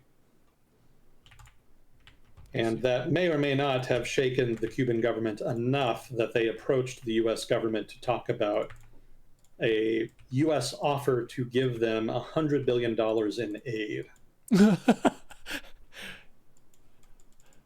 Yeah. So supposedly, as part of this deal, if it goes forward, the aid would be distributed not by the US or the Cuban government, but rather by a third party. I think the Catholic Church was one of the suggestions, but I don't think they've finalized just who it would be. It's a proposal that the Trump administration made months ago and that the Cuban government rejected. But then they made it again, I think, within the past month, and it seems now the Cuban government is at least interested in talking about it. More notably, just in the past couple days, the head of the CIA actually traveled to Cuba for talks with the government, which is interesting. This is getting to be a thing because he also traveled to Venezuela recently. So apparently when there's some serious national security negotiations to be had, the CIA chief is the guy they send. That's not unheard of. Previous administrations have done that, but I think the Trump administration has been doing it a lot more. Make of that what you will. So the CIA chief, his name is Ratcliffe, if I'm pronouncing it right anyway. He traveled there. We obviously are not going to be privy to like the full discussion. But from the statement released by the US government, some of the things they talked about included the following: law enforcement cooperation, intelligence cooperation, security cooperation, and economic cooperation. So that's obviously ambiguous, probably on purpose. Given the Trump administration's track record, I'm going to assume that law enforcement cooperation And partly intelligence cooperation is going to have to do with immigration, because obviously a lot of people have left Cuba over the past 10 years. So presumably there's some desire on the part of the US government to try to rein that in to some degree in cooperation with the Cuban government. Partly that would just mean stabilizing the Cuban economy, but it could also mean things like the Cuban government cooperating more to receive Cuban citizens who are being deported from the US. And it could also mean security cooperation regarding Cubans who might be living in the US illegally. Obviously, the Cuban government probably won't want to cooperate on that too much, but it might be something they're willing to give as a concession in exchange for something else. So things of that nature, things related to immigration, potentially also things like border operations. So, for example, there's a not insignificant amount of drugs that come by sea into the United States. Presumably, at least some of that is coming from Cuba, among other things that might be getting smuggled in. So it might be there's an effort to cooperate on policing the waters between the U.S. and Cuba, which could potentially encompass both the U.S. Coast Guard and the Cuban Coast Guard, or Cuban Navy, as the case may be. So that's an assumption on my part, that's speculation, but I'm not really sure what else law enforcement cooperation would refer to. Potentially organized crime in Cuba, but I don't think that's the big deal. I would think the US government would be more interested in that sense in things like Mexican cartels or drug traffickers in South America. Those kind of criminal elements would be a much bigger threat to the United States than anything going on in Cuba, as far as I know. So intelligence cooperation could also refer to something like China and Russia. The Cuban government has intelligence sharing agreements with Moscow and Beijing that allow for Chinese and Russian agents to set up in Cuba and to do things like set up listening posts and engage in other intelligence gathering operations, generally involving monitoring the US and its military. So it could be that there's a desire there to push the Cubans to break those agreements and expel Chinese and Russian agents. That might be a heavy lift for the Cubans since they get a lot out of the relationship with Moscow and Beijing. So they'll probably ask for a lot in exchange for that, I would assume. On the other hand, it could be that US pressure is such that they're willing to give ground on that. You know, if they really are feeling the pressure from the US campaign here, this might be something relatively mild that they could give as a concession. Again, they don't want to sacrifice the relationships with longstanding allies, but they could probably mitigate the damage by pointing out that they're being forced to do it, basically, by Washington. Mm. So I could see that going either way, if that is what they're talking about. As far as security cooperation, I really don't know what they're talking about with that one, because as we've discussed before, Cuba's already been deterred from being any kind of threat to the United States.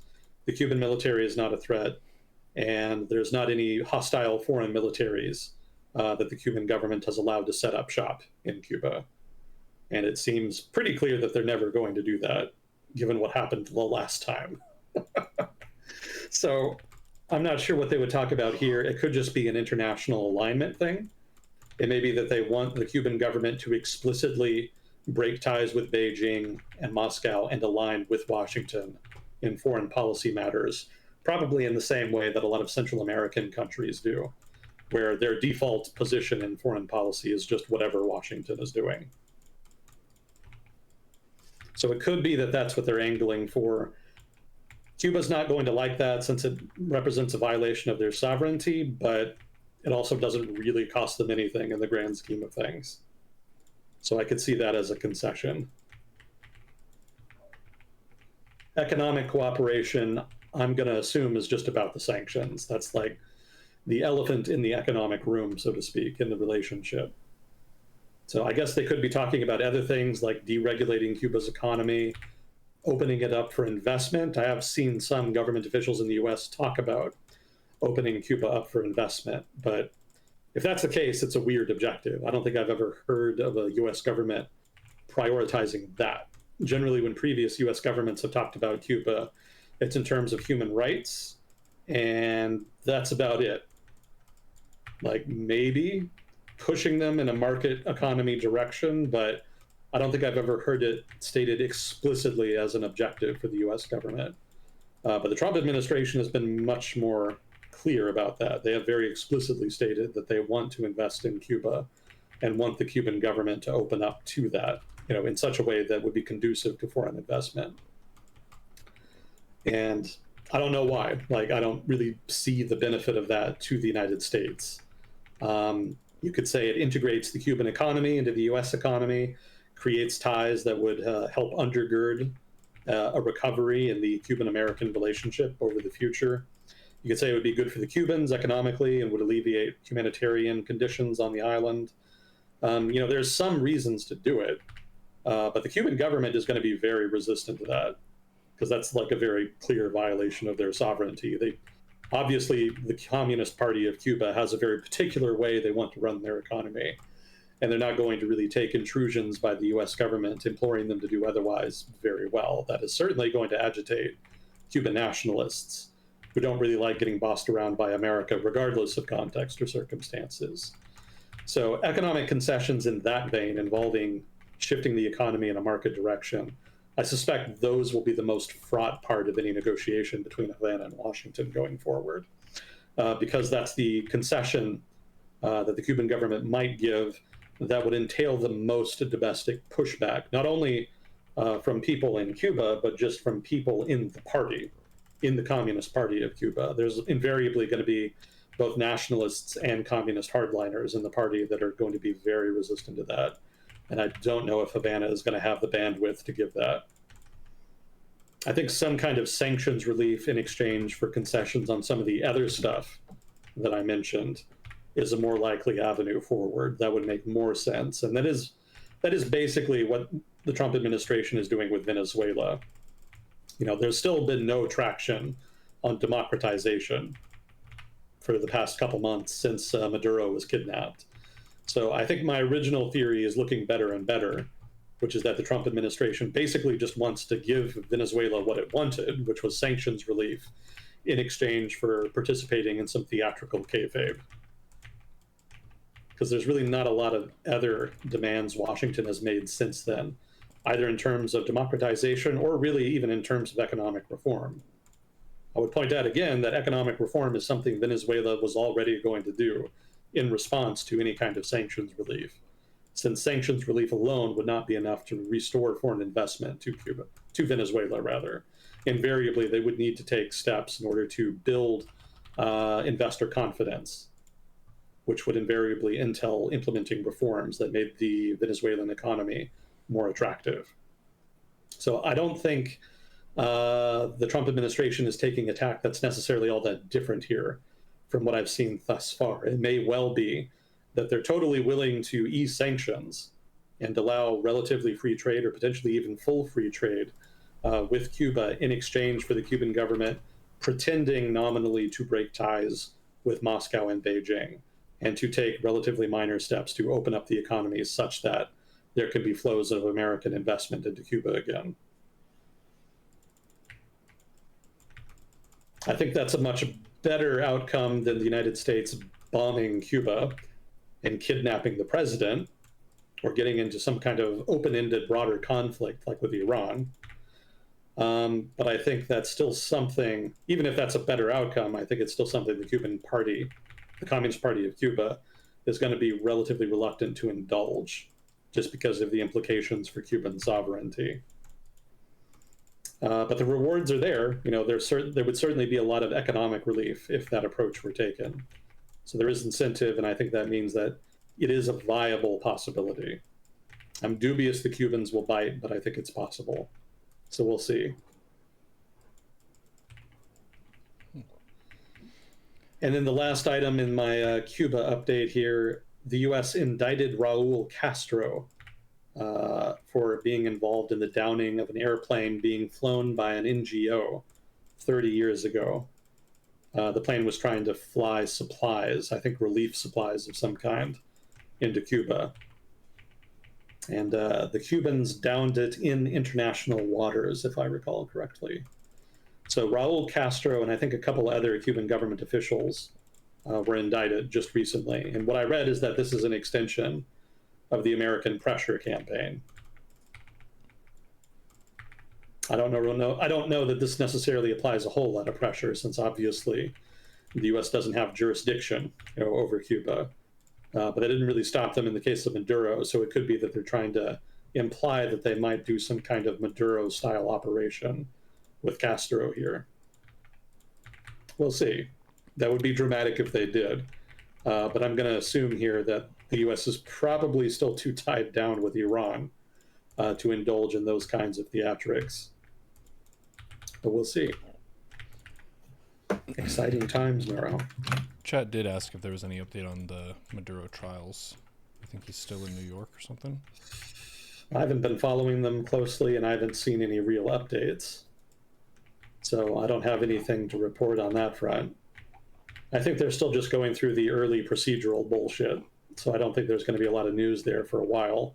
And I don't doubt that Maduro's team is probably trying to drag their feet as much as possible.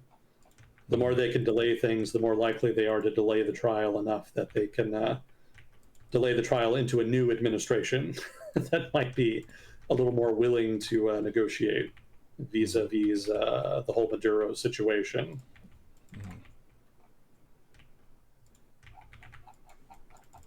So I would not expect a hasty resolution there. That makes sense.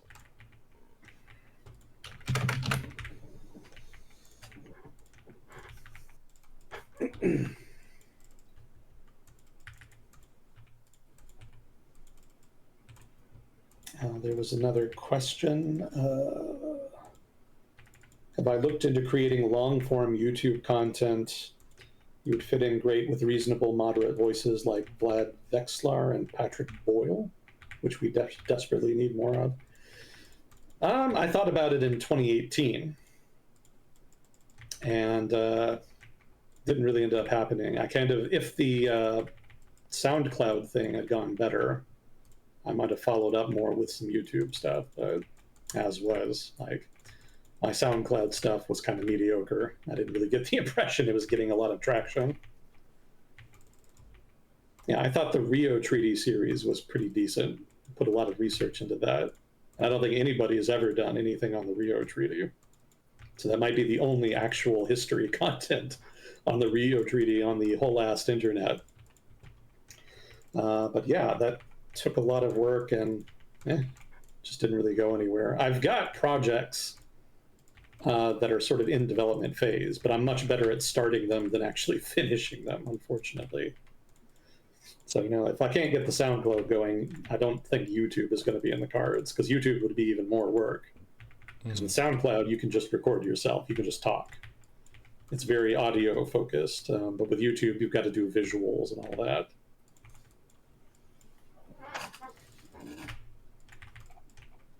And in any case, I don't know that this content is really, I don't know, like high quality enough to really make it on YouTube. Like just me kind of doing my own research basically and then talking about stuff. But then also forgetting things and kind of winging it sometimes. Like these segments are very open-ended. So I don't know if that's really a good fit just structurally for YouTube. People like your segment here, so I would think that people would like it. It is really hard to penetrate a market and get noticed if you're making high effort content like that. Just because you're competing with other more established channels that have been doing that same thing for a much longer amount of time.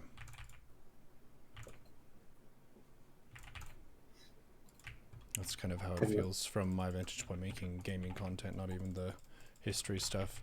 But as soon as you said that you don't think there's been much research done on it in general, it also probably means not many people search for that. Yeah. Yeah, it's a lesser known topic, which is why I was attracted to it.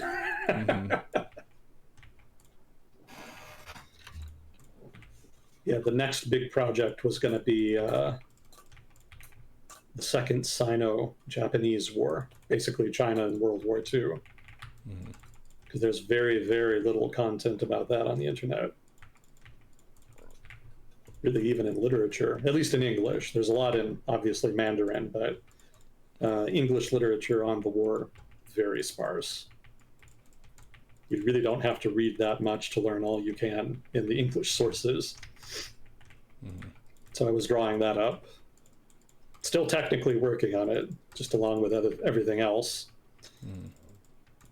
And taking care of the family member whom is still recovering, among other things. Yeah. On the plus side, my foot is getting better, so I probably will be able to start doing the walks again pretty soon. Good. Yeah, it's recovering faster than I thought. Might still be broken. I've been able to walk on it recently, which is good. But then a couple days ago, I flexed it. I flexed some of the toes for the first time since I heard it, and that hurt a lot. Mm-hmm. Really caught me off guard. I thought being able to walk on it meant that it was doing really good, but apparently not. Apparently it's still healing. So walking good, flexing toes, definitely not. Gotcha. Yep, inflammation is a signal for the body that means that you should not move stuff because it's still healing. Yeah. Hope I didn't break that monitor. If you break your toe on a monitor, you probably did some damage to the monitor too.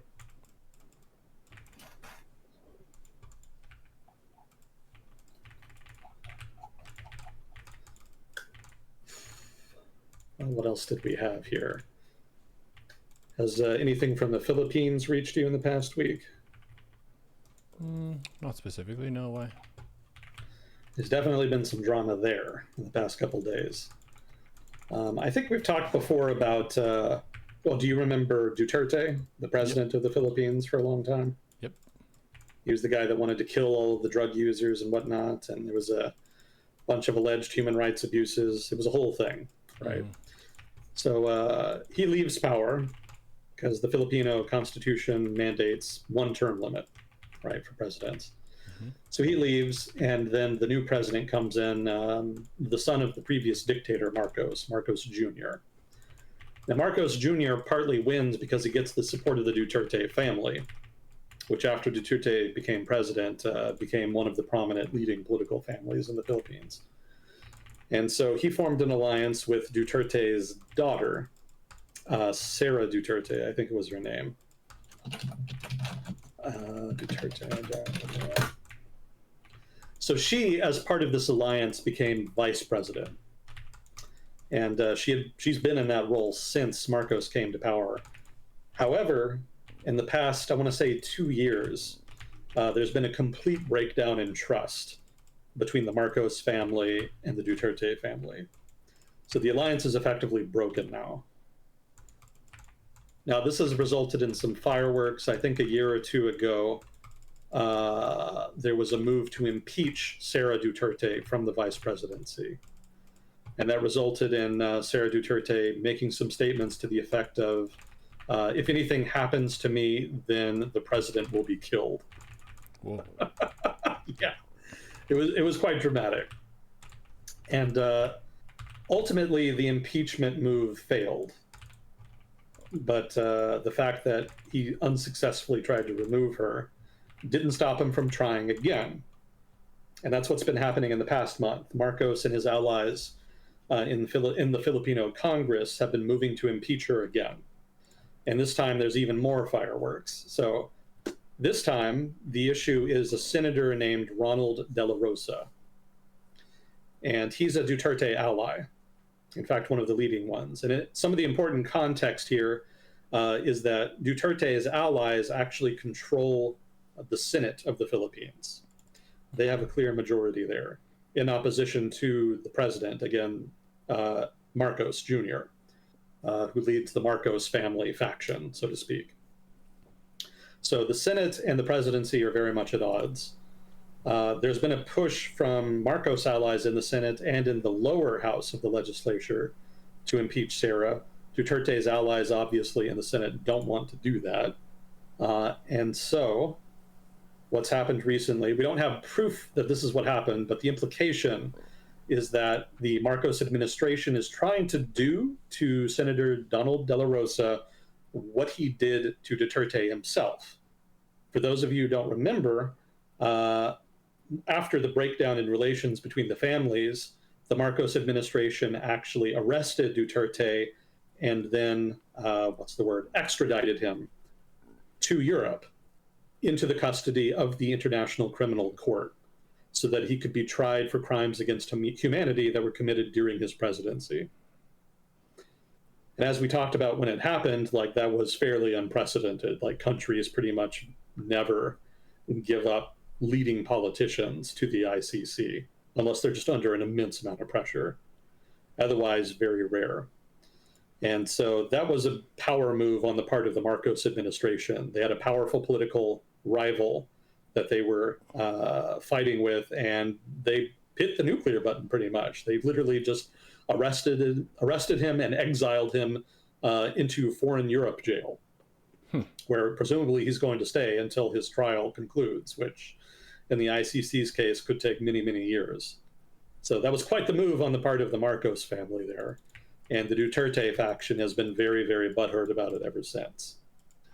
So the possibility here is that the Marcos administration may try to do the same thing to this senator, because the ICC actually issued a warrant for him.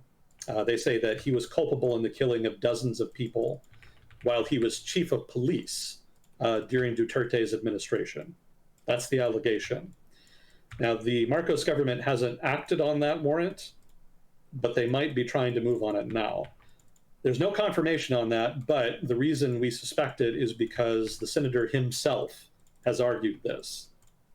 And we know he believes firmly that this is what the government is trying to do to him, because he has basically locked himself in the Senate chambers, along with an armed detail of guards.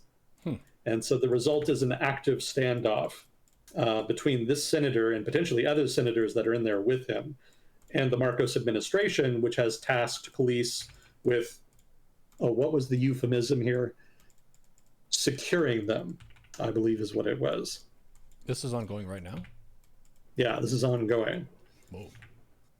Yeah, that's what it is. So the Interior Secretary said that President Marcos had given, quote unquote, strict instructions to secure the senators.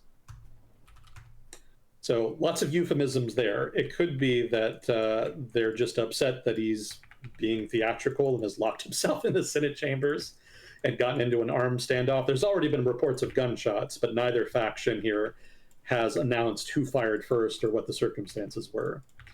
So as far as we know, this is just a tiff between the Marcos family and some Duterte allies. But if you're the public watching it, then there's an armed standoff between the Senate and the presidency, which is a big deal, clearly. So Del Rosa here, the senator in question, clearly believes firmly that if he is detained by the Marcos administration, that he will be extradited and basically shipped off into, ICC gulag, from whence he shall not return. And clearly he doesn't want that and is trying to get into a confrontation to try to prevent it. Mind you, Del Rosa has not just locked himself in the chambers.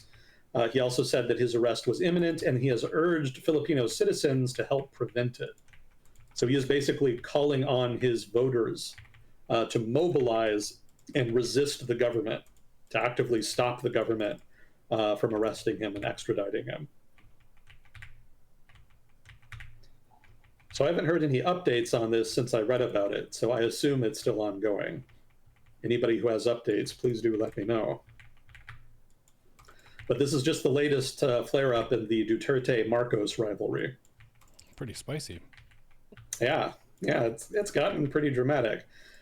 And I think elections are coming up before too long. And last I read, the Dutertes, specifically Sarah Duterte, is actually polling better than Marcos.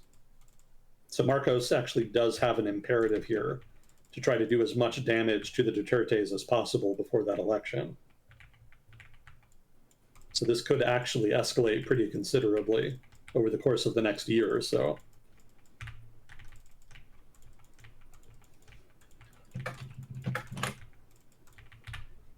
Can't say I'm a big sympathizer with the Dutertes, given all the shit they got up to while they were in power. So, kind of a evil shitheads fighting evil shitheads situation. Mm-hmm.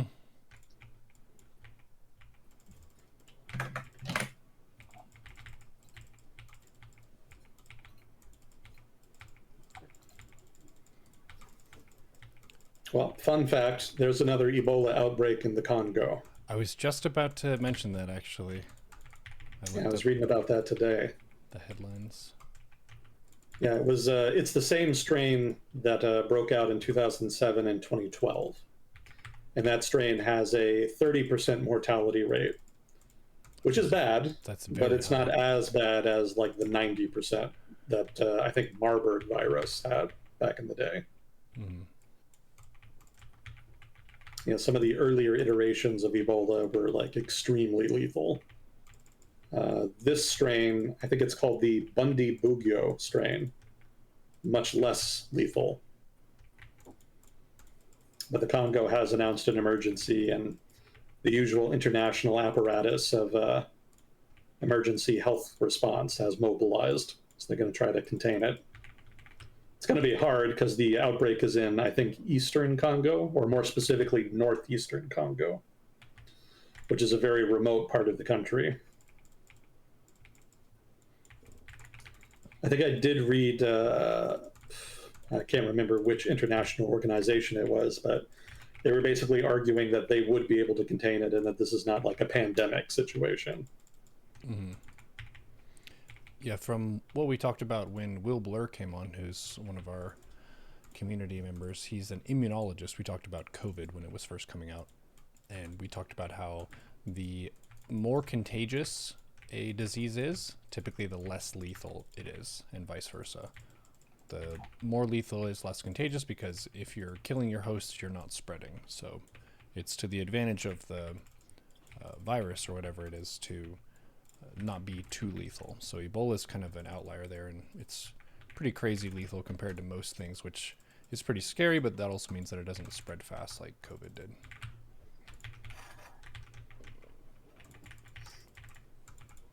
Yeah, I think that's the logic here. Mm-hmm. So it should be okay, but it's probably going to be in the news for a while. And as we've seen with hantavirus, the media loves to hype shit like this. Mm-hmm. Actually, we didn't talk about the hantavirus, did we? What is that? You didn't hear about the hantavirus outbreak? I don't think so. On the cruise ship? Yeah, the media has been freaking out about it. There was a hantavirus outbreak on a cruise ship. And so there was a lot of talk in the media about what would happen when the people came back and whether or not there could be another pandemic due to this unique strain of hantavirus. And basically everybody and their mother in the health sector said that it's not that big a deal and that it'll be fine. But that's not a very sexy headline. So the media has milked it for everything it's worth. Mm-hmm.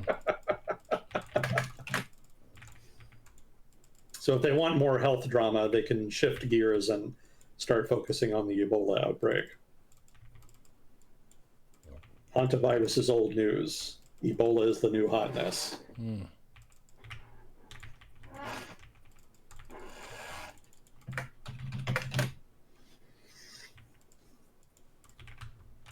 Are you familiar with the different regions of DR Congo? No. That might be fun to talk about. I'm not super up on it myself. I just kind of know the basics. It's a huge country, and so there's actually a pretty decent amount of variance in terms of biomes and whatnot. Probably the biggest geographic feature of DR Congo is the Congo River itself, which it's kind of funky. It's the northwestern border of the country for like, what is it, 1,000 miles or whatever. And then it kind of shifts east into the country and ceases as the border. And so the result is that it shares much of the Congo River with the Republic of the Congo, which is a different country immediately adjacent to the Congo. And the capital of DR Congo, Kinshasa, is a port city on the Congo, but not on the Atlantic. It's a little bit inland, if I remember correctly. And just across the river from Kinshasa is the capital of the Republic of Congo, which I want to say is Freetown, if I'm remembering correctly. So you can kind of think of it as being a single metro area, like Freetown and Kinshasa, but they're technically separate cities and also the capitals of their respective countries. It's kind of some interesting trivia on that count. So the western part of DR Congo is a little bit, I want to say, drier. I think it's still got some forest cover, but not as much as the northern part of the country. Because the northern part of the Congo is where the equator runs through. So that's where your rainforest is. If you've ever seen a Tarzan movie where Tarzan is swinging around in the African jungle, quote unquote, northern Congo is more where that would be. Most of Africa doesn't actually even have jungle. So Tarzan is not actually very accurate in that sense. So his plane very clearly crashed in a very particular region of Africa, probably in the Congo or somewhere close to it. So northern Congo, lots of jungle, very well forested, very remote. Western Congo, more riverine and drier. Also, Western Congo is like a very narrow tip. The DR Congo has an odd shape. The bulk of the country's territory is in the interior of Africa, and they've got a little sliver of territory that connects to the ocean. And that's where the capital is. Oh, another fun Kinshasa fact.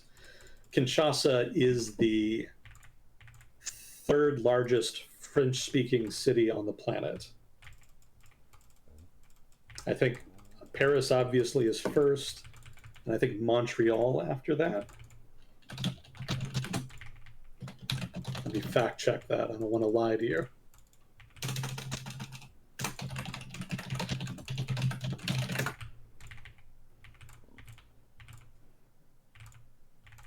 Oh.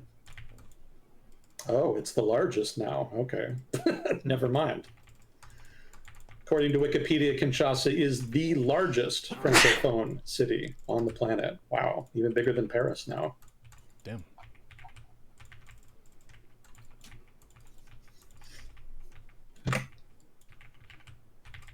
So let's see. Okay, so then that still leaves Eastern Congo and Southern Congo. So Southern Congo is interesting because that's even drier. So that's defined, the terrain there is defined more by Serengeti, savanna type territory. It's also interesting because it's one of the most resource rich parts of Congo, to the point where Southern Congo was dominated by a province called Katanga, I think. And the governor of Katanga was confident enough in the resources that his province controlled that he frequently challenged the central government of the Congo. This was one of the leading sources of political discord in Congo just after independence. I don't remember his name, but the first president of the Congo was a big Pan-African nationalist. And one of the reasons he ended up getting assassinated with Western backing is because he got into a pissing contest, basically, with the governor of Katanga. And Katanga was basically rich in things like, copper, diamonds, the usual sort of stuff you would expect in southern Africa. So very resource-rich province, a little bit dry, savanna-dominated. Interestingly, since the drama with Katanga died down after the 1960s, the central government in Congo moved to basically dismember Katanga. So there's no province of Katanga now. It's since been broken up into multiple provinces. Solved that problem, pretty much. So then there's Eastern Congo. So if you've ever read about the Congo in the news, generally you're hearing about some kind of civil war, warlords, blood diamonds, that kind of rare earth minerals, incursions by Rwanda.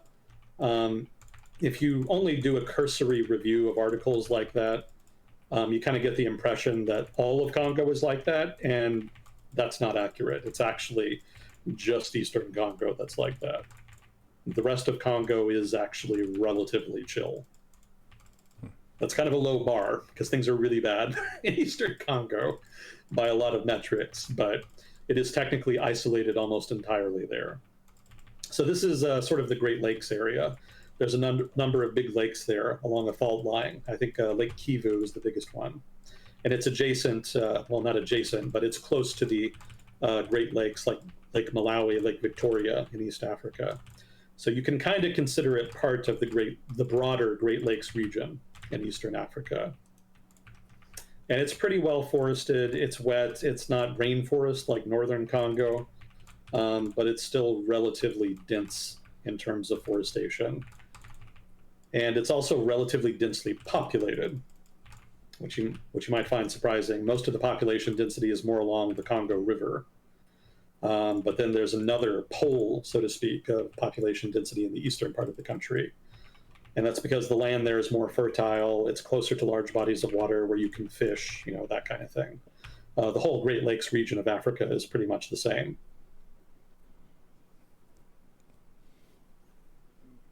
So that's a quick and dirty rundown of regions of the Democratic Republic of the Congo. Thank you. What is their population these days? It reminds me of the way that you oversimplify and you create a caricature of a part of the world, and the world thinks of it that way when the region is so large that it encompasses a lot of different stuff. The first example of this that I experienced personally was when I was a little kid, 6 years old. I heard that my father got a job in Texas and we were going to move to Texas. And I was like, man, we're going to be out in the desert with cowboys and horses by the saloon. Like, I got that Hollywood image of Texas in my mind. And I was like, oh, that's what it is. But Texas is enormous. It's larger than most countries. So it's got all kinds of different biomes within it. That is one of them, but it's also just another urban modern place too. So Congo kind of similar. If you're imagining what Africa looks like, then you have a Tarzan movie to draw on, but that's going to be a very oversimplified representation. Mm-hmm. I looked up the Congo's Wikipedia page. Their population is now about 120 some million people. One of the largest in Africa.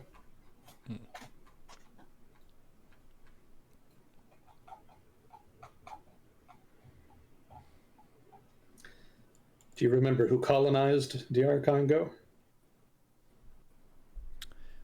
Was that... I'm thinking it was maybe a weird one like Belgium or the Dutch. You got it. It's Belgium? Yeah. Nice. Well done. Yeah, that was basically given to Belgium because nobody else could really.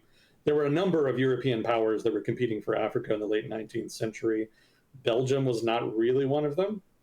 But when they all sat down to kind of carve Africa up, there was a big debate about what to do with the Congo, and they decided, as a compromise, to just give it to Belgium, basically. And it became the Belgian Free State. No, not Belgium, the Congo Free State, something to that effect.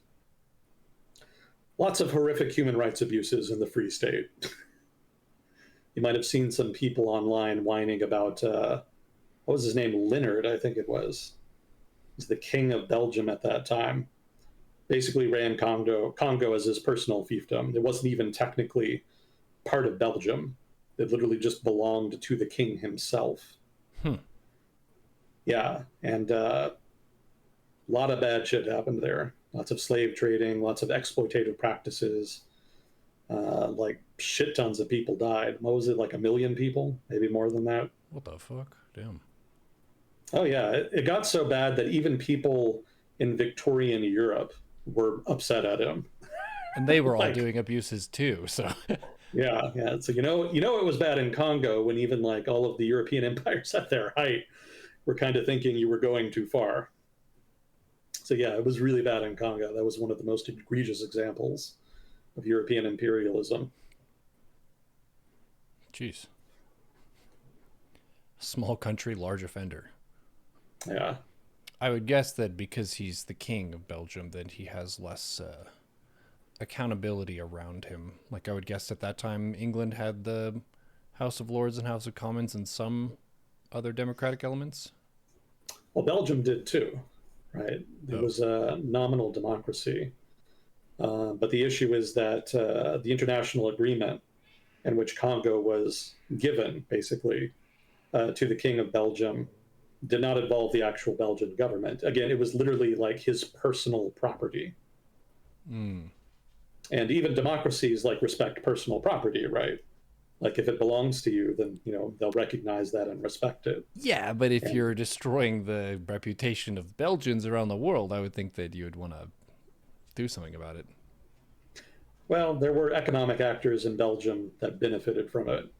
Mm, So there was some incentive to hold back on any significant censoring of the king and his activities there. I see. Reminds me a little bit of the way that the colonies in the Caribbean were exploited, where it wasn't to create long term viable good settlements and develop the economy there. It was just to like brutally harvest whatever resources were valuable there as fast as you can, which is very predatory and it doesn't really, mm, it's not conducive to a long term profit and long term flourishing of the community. Yeah, bingo, same deal. I don't think Belgium, or, sorry, I don't think the Congo ever had a plantation agriculture, but the exploitation happening ended up having similar impacts. Yeah, just so many people died, it really couldn't help but have leave a significant demographic and economic imprint on Congo that it kind of still hasn't recovered from fully. Oh, do you remember what was it? Heart of Darkness, the book by Conrad? Yes. Yeah, that was set in Congo during the specific period of Belgian exploitation we're talking about. Mm, And it was specifically the brutality of that exploitation that attracted Conrad to that setting. Very purposeful choice on his part.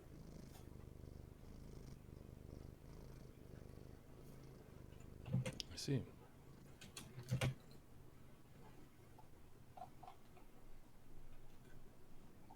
How is South Africa doing? I saw a video clip of a security instructor who was in an armored vehicle that was transporting a bunch of cash. And as they're driving, they come under fire from a truck that's got dudes with guns in it, and they're like shooting the thing, and the guy's telling him what to do, and they're driving as they're getting shot at. And he eventually does escape. But it just reminded me, like, wow, South Africa, they're more developed than some countries, but still got some crazy crime going on. Well, South Africa in particular has problems with crime because of the what were they called? The Bantu stand? No, not Bantu stands. I'm blanking out on what they're basically ghettos. What happened with South Africa is that the government took all of the native population and forced them into urban ghettos to get them Mm, off the land so the land could be exploited by basically people of European descent. mm, And living in ghettos had all of the same negative social impacts that ghettos in the United States have seen. And in South Africa, it was even worse because the populations were much larger, denser, and the government was basically even less willing to spend resources on them. mm. And so these ghettos ended up becoming very, very violent. And the South African government and society writ large there are still dealing with the legacy of that and probably will be for a very long time. I see. Yeah, other African countries did not have that. Like even in other countries where Europeans like killed a lot of people, like Congo, for example, uh, they did not like ghettoize the native population like that. And so the result is that most of Africa does not have nearly as bad a crime problem as South Africa does. It makes sense though that if you push people to a point of desperation, that crime is the only option, that crime will go up. Yeah, yeah, there's desperation there, but the social issues that kind of come with that kind of lifestyle are very toxic. Yeah. The incidents of single parents, poverty, like you say, gangs. There's a whole culture that kind of crops up in ghettos, not just in the United States and South Africa. Like you can see this phenomena like virtually anywhere where there's a ghetto. Mm-hmm. Like all of that social phenomena replicates itself. Like it emerges in that kind of environment. So yeah, desperation plays a part, but just like the shitty conditions and the deterioration of the family, like all of that played into a toxic stew. And the result is like very, not just high crime, but like a culture of crime. Mm-hmm. That's not to say everybody there is a criminal. I don't want to give that impression, but like there is a gangland culture that is very prominent there. And people in the community who want to fight against that, the reformers, find it very difficult to do so because it's just so ingrained. Yeah. I'd heard an example of that matter of fact depiction of stuff that seems like really scary and problematic crime when we were talking to a colleague of my dad's from work. He's from Venezuela, and his uncle got kidnapped. And my parents were like, "Oh my gosh!" Like eyes wide. Is he gonna be okay? Like what's going on? He's like, "Oh no, it's totally fine. It happens all the time to people. They're asking for way too much, so we're just gonna cool it for a little bit." It's like, what the hell? That seems so crazy to think about kidnapping, but if it's something that happens a lot in your area, then you're just kind of used to it. Doesn't mean you like it, but Mm-hmm. it's something that doesn't surprise you, so it becomes Yeah. normal. Mm-hmm. Yeah. Unfortunately, South Africans are pretty well used to it by now. Mm. Yeah, the Bantu stands were a little bit different. So that was an effort to try to deflect pressure, both within South Africa and from the international community, to give equal rights to the native African population. Well, the native Black African population in South Africa. The phrasing kind of gets weird in South Africa because the white population was not really new. Like a lot of them had actually been there for like 400 years. Mm-hmm. So you could say they're still native, even though they're not necessarily Black African. They still technically qualify as native. Mm-hmm. So in South African terms, you would say something like Black or Black African to distinguish from white African. Mm-hmm. So the Bantu stands were basically designed to create almost something like an Indian reservation in the United States. It was supposed to be an African populated and governed space within South Africa that would eventually be allowed to become an independent country. So that was the idea. Give them some land, put them in there, and then break them off. And then it's not your problem anymore. That was one of the long term resolutions that the apartheid government came up with for the whole African issue. Which I would guess it wasn't a fair delineation of we get this land, you get that land, and those are basically equivalent. I would guess that Yeah. they shoved them into the less desirable spot. Yeah, pretty much. That's my understanding of it anyway. And the Bantustan project had some support, obviously, like if you're Black African, that represents some improvement, but it's still not really what they wanted, right? What they really wanted was to have their fucking country back. So for the nationalists, that was not a sufficient compromise. And ultimately, the movement towards ending apartheid in South Africa resisted that as an actual viable solution. And ultimately, they were successful. There's no Bantu stands anymore. Mm-hmm. Right? As far as I know, they've all been dissolved. If I'm wrong, somebody please correct me on that. But that's my understanding.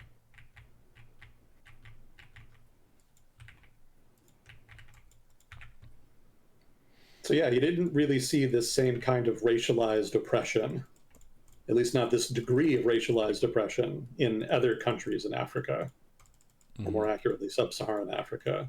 And that's why South Africa is kind of a standout in terms of its instability and crime. Right. Like in East Africa, this never happened. There was never like a ghettoization project or anything. Mm-hmm. And it didn't happen in West Africa either. Actually, it really makes sense it didn't happen in East Africa because Ethiopia was never actually colonized, other than like a brief 10-year occupation by Italy. But in West Africa, which was thoroughly colonized, like neither the French nor the British ever really saw fit to do anything that egregious.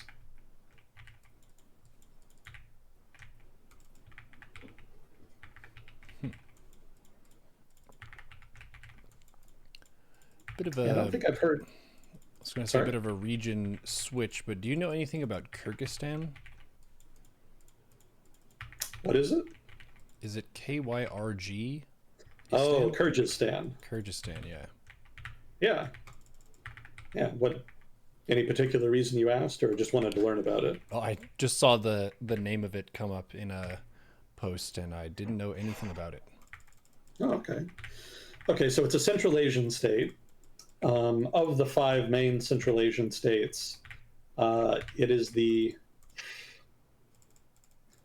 I should say, of the four Central Asian states south of Kazakhstan, Kyrgyzstan is the northeastern one. So it's south of Kazakhstan, east of Uzbekistan, north of Tajikistan. It's one of the former Soviet republics.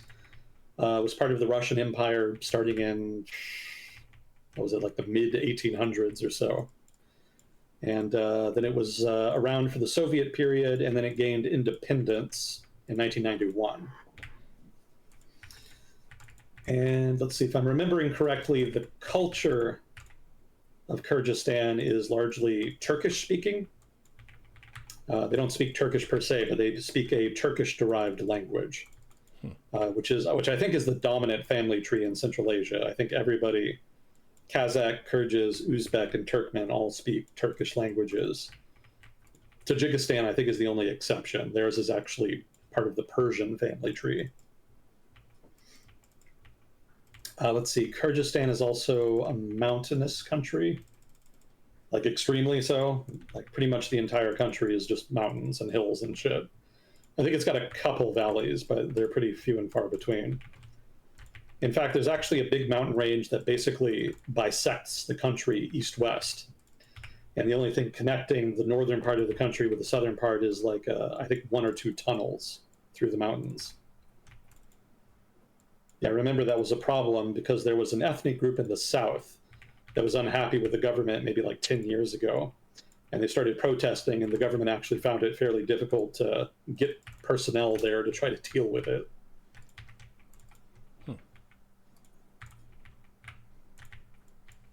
Yeah, it's a very poor country because they don't have any they don't have a lot of fertile land. They have some minerals, but not a whole lot. And yeah, just pretty much their main economic activity is remittances. Basically, people in Kyrgyzstan leave Kyrgyzstan to go find work in other countries, usually Russia, and then they send money back home. I think that's like the leading source of income in Kyrgyzstan. Interesting. Yeah, you can find quite a few people from Central Asia in Moscow, just working as laborers and whatnot. There was a long period of 10, 15 years, I want to say. Actually, maybe longer than that. You could probably go back to the 90s. There was probably a 20-year period thereabouts where Kyrgyzstan had probably the most robust democracy in Central Asia. Because everybody else either had relatively mildly authoritarian governments or totalitarian governments. Nobody else really even pretends to maintaining any kind of actual democracy. But Kyrgyzstan did. It was very unstable in, the 90s. I think they had like a very corrupt government in that time. But nominally, they still had democratic institutions. And then they had a color revolution in the early aughts, which Moscow hated, but they didn't really complain about it all that much. Not as much as some of the other ones, anyway. Ukraine was the big color revolution that Moscow cared about. Everything else was kind of bullshit. They didn't really care about the other ones. So yeah, Kyrgyzstan had some mass protests that resulted in its elites basically stepping down, paving the way for competitive elections. I don't remember the name of the revolution. It was something like Violet Revolution or some such. It's been too long since I've read about it.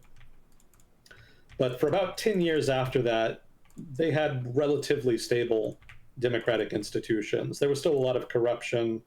There was lots of issues like that, but they did have actual elections that resulted in power changing hands.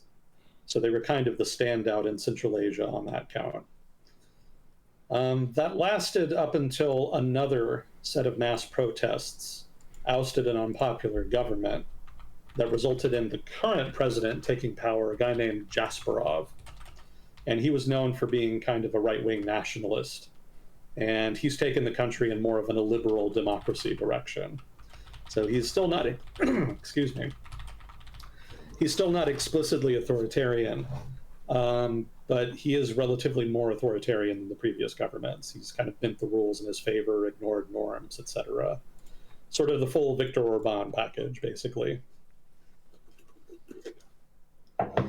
So now Kyrgyzstan is no longer like a democratic standout. It's still relatively more democratic than the other states in the region, but it's not really considered to be like progressing anymore. It's more regressing.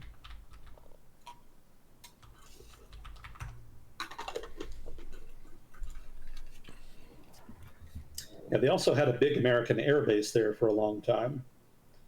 A lot of US operations in Afghanistan tied into that base. And then eventually the Russians leaned on the Kyrgyz government to expel the US from that airbase, and that was actually successful. And so the result is that the US lost access. It didn't end up being too big a deal, but it did make the US more reliant on supply chains that ran through Russia and Pakistan, which was not ideal. But it certainly worked out for Moscow. So that was one of their few big successful power plays during the early War on Terror period in the aughts.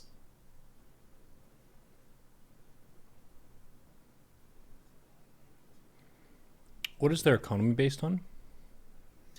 Mostly remittances. Yeah, it's mostly the export of labor and sending money back. I think they do some mining as well. I think they might have an aluminum refinery, if I'm not mistaken. I can't remember if that was Kyrgyzstan or Tajikistan, but one of them actually had like a big aluminum factory, which is surprising because aluminum production requires an immense amount of electricity. And so generally you don't see them in poor countries because electricity is generally too unreliable in developing countries for that. But I guess the Soviets built it when Kyrgyzstan was still part of the Union. And so the Kyrgyzstanis kind of inherited it after the Union fell apart. Interesting. I think there's been more Chinese investment over the past 10 years. So there is kind of growing Chinese economic influence, but I mean, there's just relatively little to invest in there in the first place. So there's kind of a limit to how much they can realistically do there.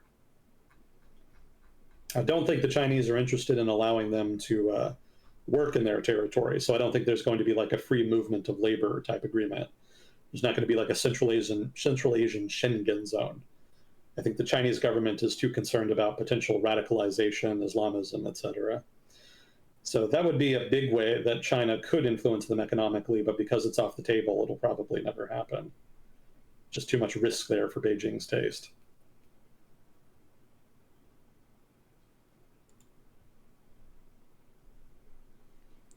%91 Islam, 8% Christianity, 1% others is the religious breakdown. Oh yeah, Central Asia is heavily Islamic.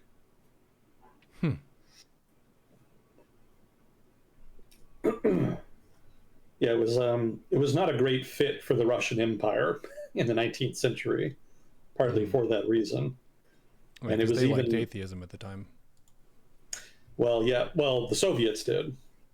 Yeah, the Russians liked Christianity before that. Yeah, the Russian Empire before that, when the Tsars still ran it, they were the ones that originally conquered Central Asia. And it was kind of an awkward fit because technically the Russian Empire was supposed to be like the third Rome. You know, it was supposed to be this big Christian power. Mm-hmm. So it was an awkward fit, and then it became even more awkward when the Russian Empire collapsed into the Soviet Union.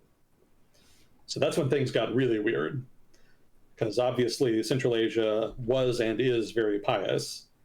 And so the Soviets kind of had to make a whole bunch of carve outs to their rules regarding religion, specifically for Central Asia, in order to ensure the population was pacified. They didn't want any issues with them. They actually had a good deal of issues with them early in the revolution. In like the 1920s, after the October Revolution, a lot of states in Central Asia tried to break away. And none of them succeeded. But there were issues with like banditry and rebels and nationalists for a long time after that, pretty much through the 1920s, even after the Russian Civil War had ended. So the Bolsheviks kind of went out of their way to try to win over the locals. And they were pretty successful, but the result is that Soviet administration fell a little less heavily in Central Asia and the people therein than it did on the people of the rest of the Soviet Union. I see. They might have also invested less just because the terrain is kind of rough. The natural resources are not as plentiful, so there's less reason to commit heavy administration there.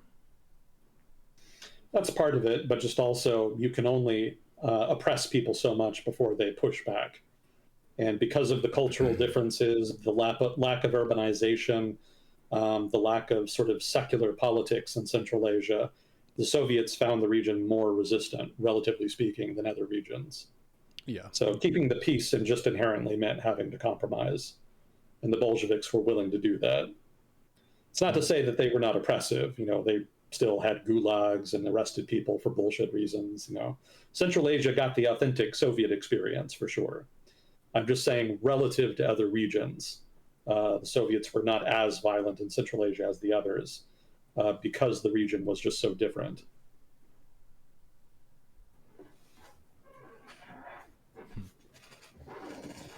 As far as I know, the elites in Central Asia are still largely Russophone. They still speak Russian, and they still heavily use like Russian social media, watch Russian movies, TV shows, etc. Central Asia is still kind of in the Russian cultural space, so to speak, in that way. Right. So generally, the rural areas and the working class are more indigenous, so to speak, like they speak Kyrgyz languages or other Turkish languages. And then the more educated and urban you get, generally the more Russophone and Russia-oriented you get. That's an interesting fact, just because the country is technically closer to China than it is to Russia, because it borders China, but not Russia. Mm-hmm. But it was part of the Soviet Union, so all of that kind of influence is going to be a really major staying factor. And then I guess also, if you were to be a person from Kyrgyzstan, the Chinese internet is probably less easy to be a part of than the Russian internet. I think that's equally easy to be a part of either. I mean, technically, we have full access to the Chinese internet. Like you and I right now as Americans could totally just look up something on Baidu or Bilibili or, whatever Chinese website or, what have you that you could think of. Like we have access to that. We just don't really use it that much because it's all in, Chinese. It's not really, it doesn't target us as a demographic, so it doesn't really suit us. Whereas the Russian media sphere, by contrast, it kind of does cater more to Russian tastes and culture. So if you're an urbanite in Central Asia and you kind of have grown up with Russian media, Russian language media and whatnot, Russian social media and the Russian internet, generally speaking, is just inherently more attractive. Makes sense.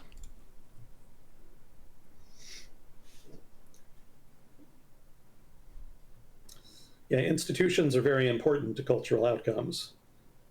Like technically speaking, culturally speaking, Kyrgyzstan has more in common with Xinjiang, right, the Uyghurs in Western China, than it does with Russia. But because Russian institutions were built up in Kyrgyzstan, like, schools, primary education, secondary education, colleges, factories, government modern government anyway, was set up by the Russians. And then the equivalent of all that in Xinjiang was set up by, Communist Party of China, right? And Mm, so the result then is drastically different outcomes in terms of cultural orientation, media consumption, etc. gotcha.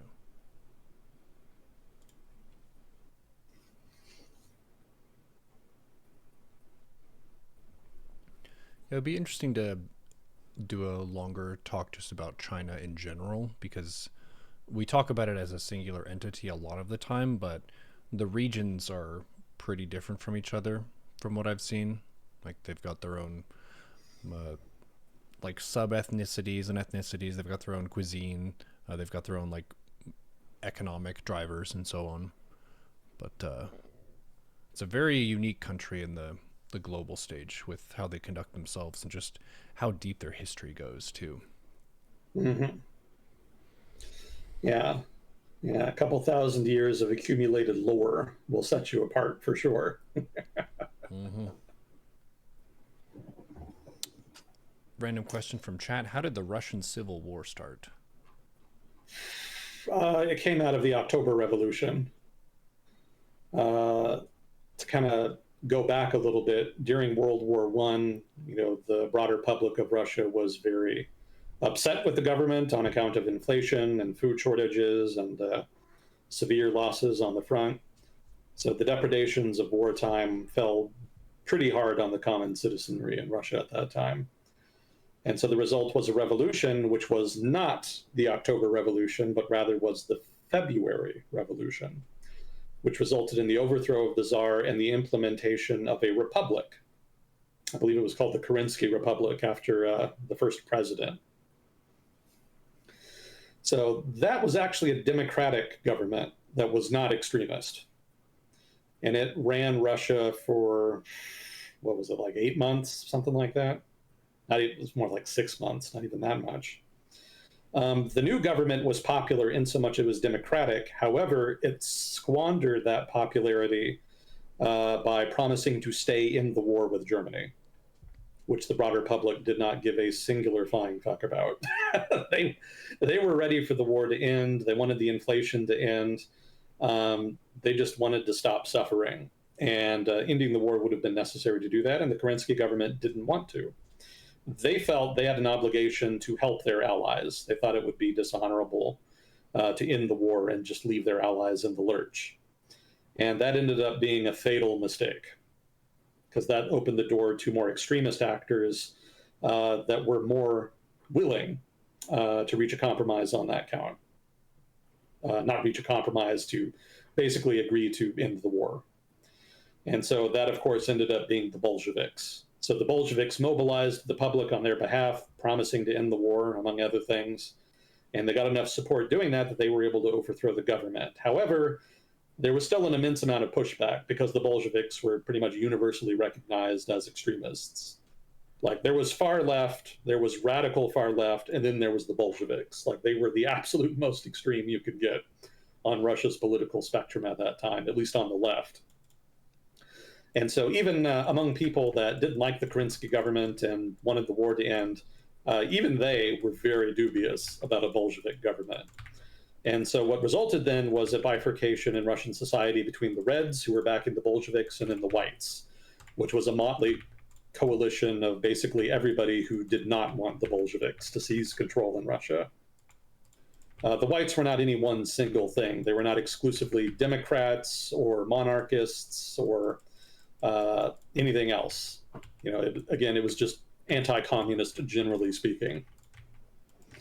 And yeah, that's when the Russian Civil War started. As soon as the Bolsheviks started fighting to seize control, there was a countervailing force that formed to try to fight them, and then the Civil War was on. It lasted roughly from 1917 to, I want to say, like 1922, thereabouts.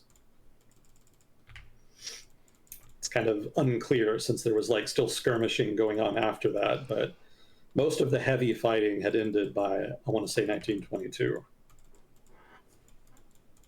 So between the world wars.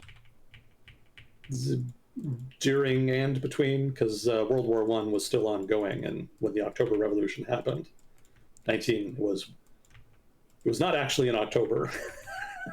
Funnily enough, the October Revolution technically happened in November 1917.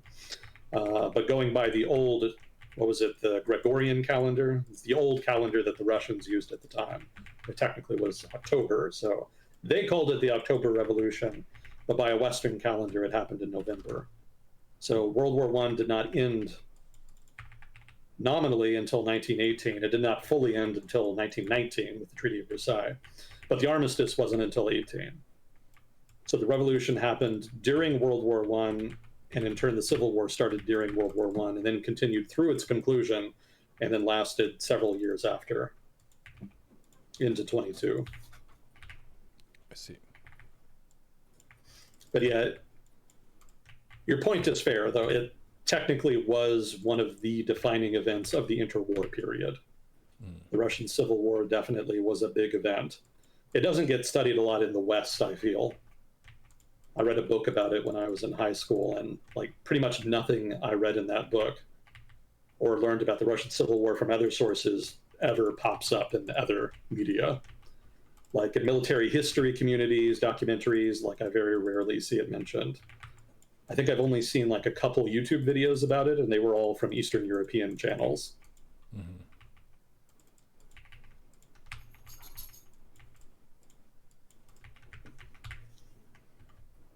Interesting conflict if you're interested in military history. Definitely recommend reading about it. Very gnarly, wild war.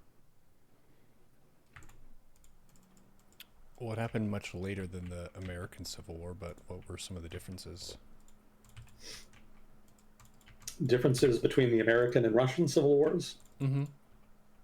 It's pretty much night and day.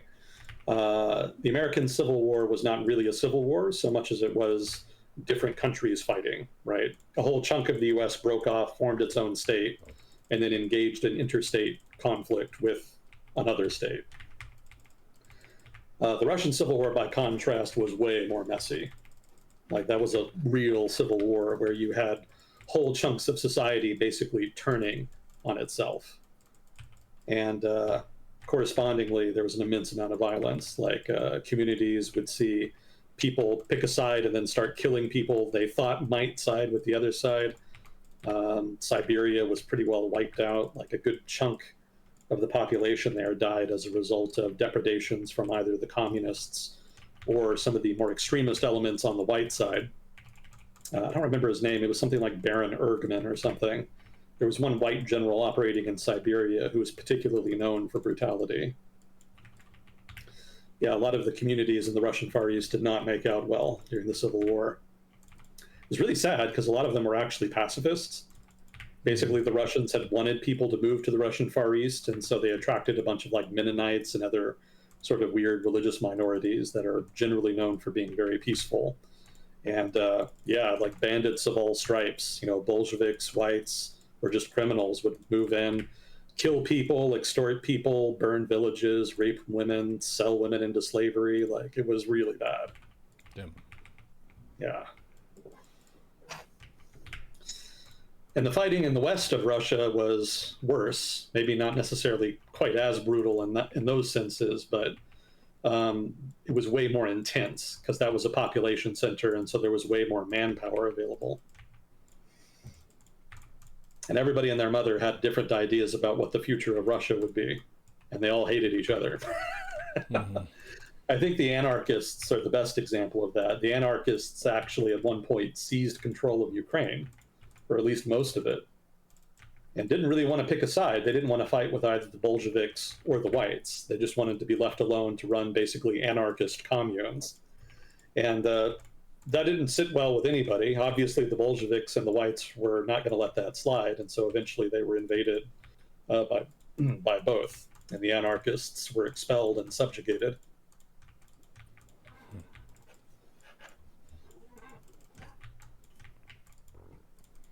Yeah, it's very much community against community, whereas the Civil War in the United States was more region against region. There was an element of community against community there. Obviously, there's stories about brothers fighting brothers, fathers fighting sons. You know, lots of people in individual families could pick different sides in the American Civil War. But by and large, it was region against region. It was state against state. Whereas in Russia, it was just community against itself. man against his brother, man against his friend. Like it went much deeper and cut much deeper into Russian society. And it impacted the entirety of Russia. Like most of Russia was impacted at least a little bit. And the most populated parts experienced extreme depredations, inflation, food shortages, even worse than had been the case during World War One. Whereas in the American Civil War, like the South did badly, but the North was fine. You could pretty much ride out the entire American Civil War in the North and you would have barely noticed it, other than the fact that, the country was mobilizing and people were going off and dying. But like there wasn't necessarily a lot of destruction in the North. There was no significant amount of fighting in the North. It pretty much all happened in the South, with a few exceptions. Yeah, and this was before planes had shit, so they weren't bombing each other either. It wasn't that long-range harass.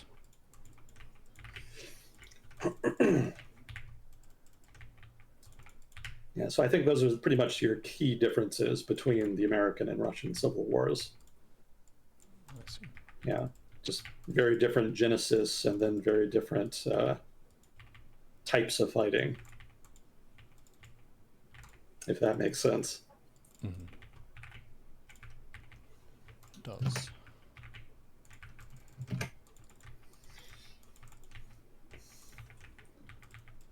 Well, you mentioned China and regional differences in China. That's what it was, right? Mm-hmm.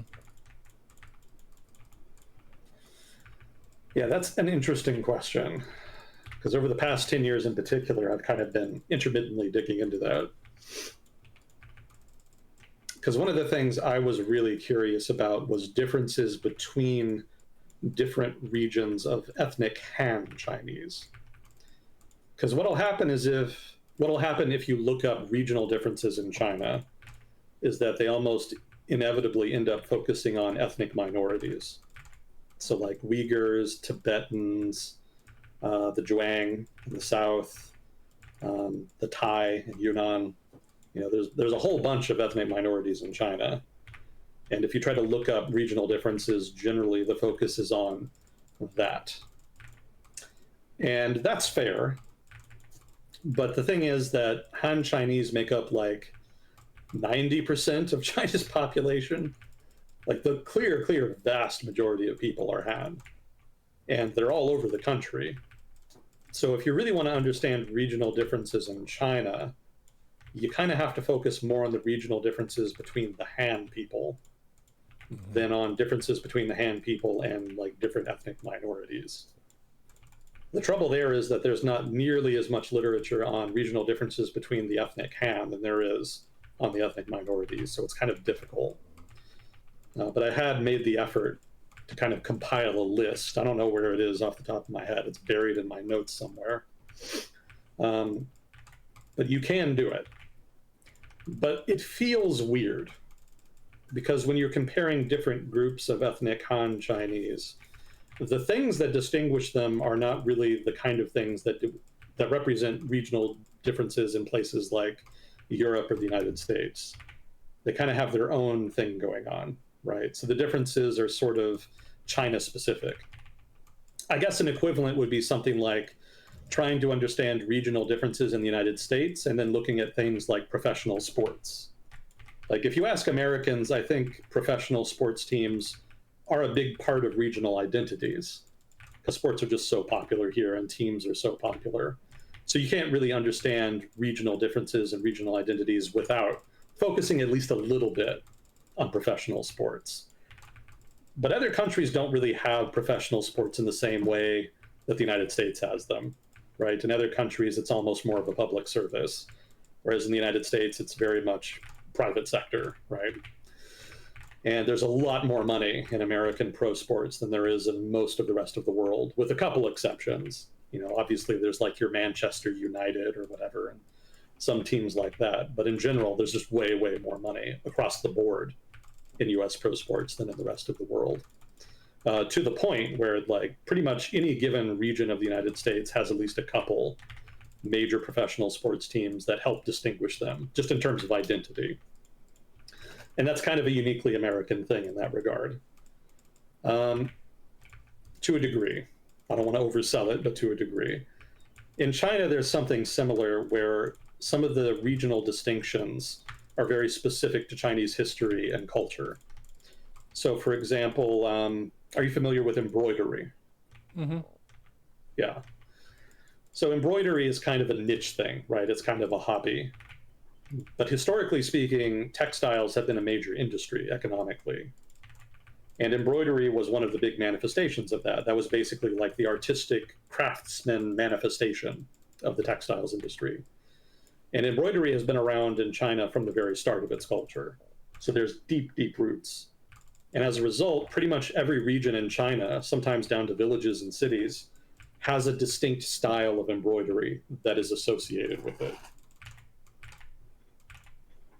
So that's what I'm kind of talking about here. Like, I would not think of embroidery as being one of the ways to distinguish different regions of most countries.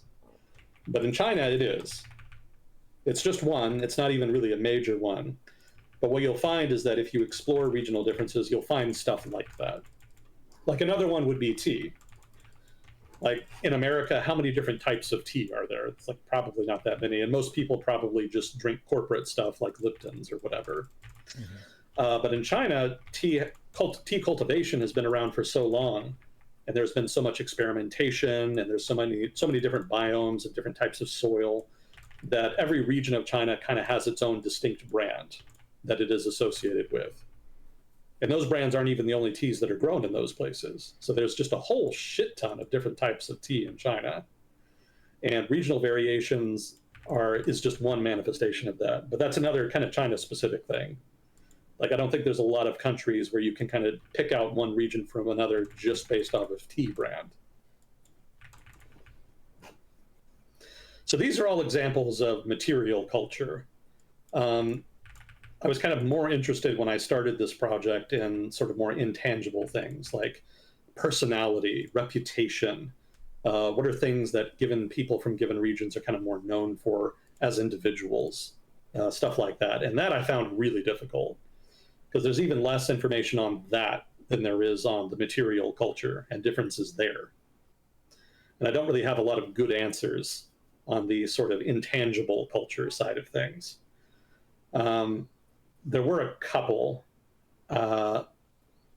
Sichuan is known for having hot-headed people and for having beautiful women. That's sort of their reputation. Manchuria, the northeastern part of China, is known for having very rustic people, sort of down to earth. Some of that just stems from Manchuria being industrialized much faster than the rest of the country. So a lot of people there are sort of very working class, very blue collar. So they have a reputation that kind of corresponds to that. I don't remember finding any really good ones about Beijing. I did find stuff like references to people in Beijing talking about politics a lot. One thing I do remember, people in Beijing are a little more open. This is kind of a north-south thing. There's actually a lot of articles and information about differences between northern China and southern China. But that's also a little more broad than I kind of wanted when I started this project. I wanted something like more granular. But one of the north-south things is that people in the north tend to be a little more talkative, a little more friendly, a little more open to outsiders, whereas people in the south tend to be more insular. So Beijing in particular is known for being more outgoing because it's more modern and urban. And so they're a little more they're a little more open to modern ideas. So in some parts of China, you may not see somebody with like a nose ring or dressing in a provocative way. In Beijing, much more common, like not unusual. And people in Beijing also frequently are more willing to kind of test boundaries, kind of push in terms of what the government allows them to kind of speak about publicly. Obviously, that's happened less now since Xi Jinping hasn't been in power because he's shifted China in a more authoritarian direction. But over the past couple decades, especially before Xi Jinping, Beijing kind of had more of that reputation. I don't remember anything about Tianjin, though, or about Hebei. Henan is kind of known for having a large peasant population, like a lot of poor rural people. And so there's a lot of negative stereotypes about them being kind of ignorant and belligerent, what have you, which is not entirely deserved. You know, when I talk to Chinese people, they always say they're very nice. But yeah, there is kind of that hick reputation that the region is saddled with. And that's kind of more the center of the old China in general. You could say that it extends into the sort of Huai River Basin more broadly, but Henan province specifically has the hick reputation. Shandong is kind of a different animal. It's kind of a standout in northern China. It's kind of known for being very successful, prosperous, well educated. It's the home of Confucius. That's sort of where he originally started, and I think his tomb is there too, if I'm not mistaken.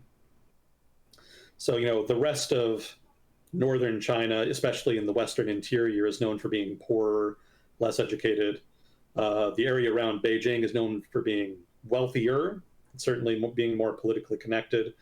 But Shandong, on a per capita basis, is actually even better off than Hebei, which is the area around Beijing. So even if it's not as rich as Beijing, like it's still pretty close. And the fact that it's a whole province instead of just a city really says something. So Shandong is one of the most successful provinces in Beijing. Sorry, provinces in China.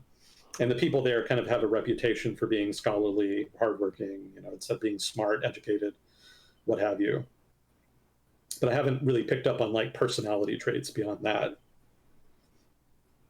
And so that covers most of the north. Once you get into the south, things kind of change a little bit because the south is also known for being more commercial, kind of being more money minded.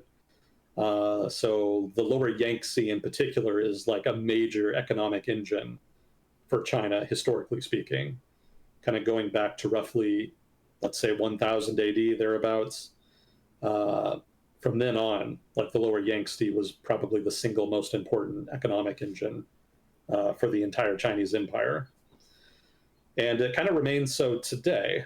Obviously, Beijing is a major economic pillar, but Shanghai and the lower Yangtze region around it is also immensely important and probably more so in aggregate. And so the people there are kind of known for being, again, money minded, relatively insular. But Shanghai in particular is known for being cosmopolitan. Because keep in mind, Shanghai is basically like the Chinese equivalent of Bombay. Like it didn't really exist before European imperialism. It pretty much exists only because of trade with Europeans, which kind of happened at the point of the gun to a degree. So Shanghai is sort of China's window to the world, so to speak. And in turn, the people there are known kind of for being more liberal, cosmopolitan, open for foreign ideas, even more so than Beijing. But they're also known for being more commercial, economic, entrepreneurial rather, sort of that side of things, that kind of reputation. So that's the lower Yangtze. I haven't heard as much about the upper Yangtze. So that sort of space between Sichuan and the lower Yangtze. I have heard that they're supposed to be more nationalistic, but I think that just comes from a very particular event in the early 20th century. So that doesn't really say much about the character of the people. Mao Zedong was originally from there, but that doesn't necessarily mean anything. I think they do have something of a reputation for being hot-headed because there is sort of this old idiom about them being something like the phoenix. I don't quite remember how it went, but there's something like there's the three-headed phoenix and then there's people from Hunan. So apparently people in that particular region are kind of known for being a little bit spicy. But that's also kind of what people in Sichuan were known for, so I'm not sure how that differs. Yeah, once you start getting into the far south of China, like the Pearl River Delta and Fujian, then the sort of norms and reputations and stereotypes start centering around how alien the people there are. Because in northern China, everybody speaks some kind of dialect of Mandarin. But once you get into southern China, Mandarin basically disappears, That's at least as a local. Sorry, what? That's Cantonese that they speak. In Guangdong, but basically every province in the south speaks a different language. Like in Guangdong, it's mostly Cantonese. In Fujian, it's Minhui or Fujianese, if you prefer the sort of English pronunciation. In Zhejiang, they've got something like Wu. Wu is more like Shanghai and the area around it, but a good chunk of Zhejiang is basically just in orbit around Shanghai. So I think there's a language native to Zhejiang, but I don't remember what it is off the top of my head. I think it's pretty closely related to Wu. And then there's also Hakka. There's also Hakka in the south, but that's actually derivative of Mandarin. But it's also kind of isolated. It's basically people who migrated south from the north of China several hundred years ago and ended up kind of stranded up in some sort of shitty mountainous part of the south.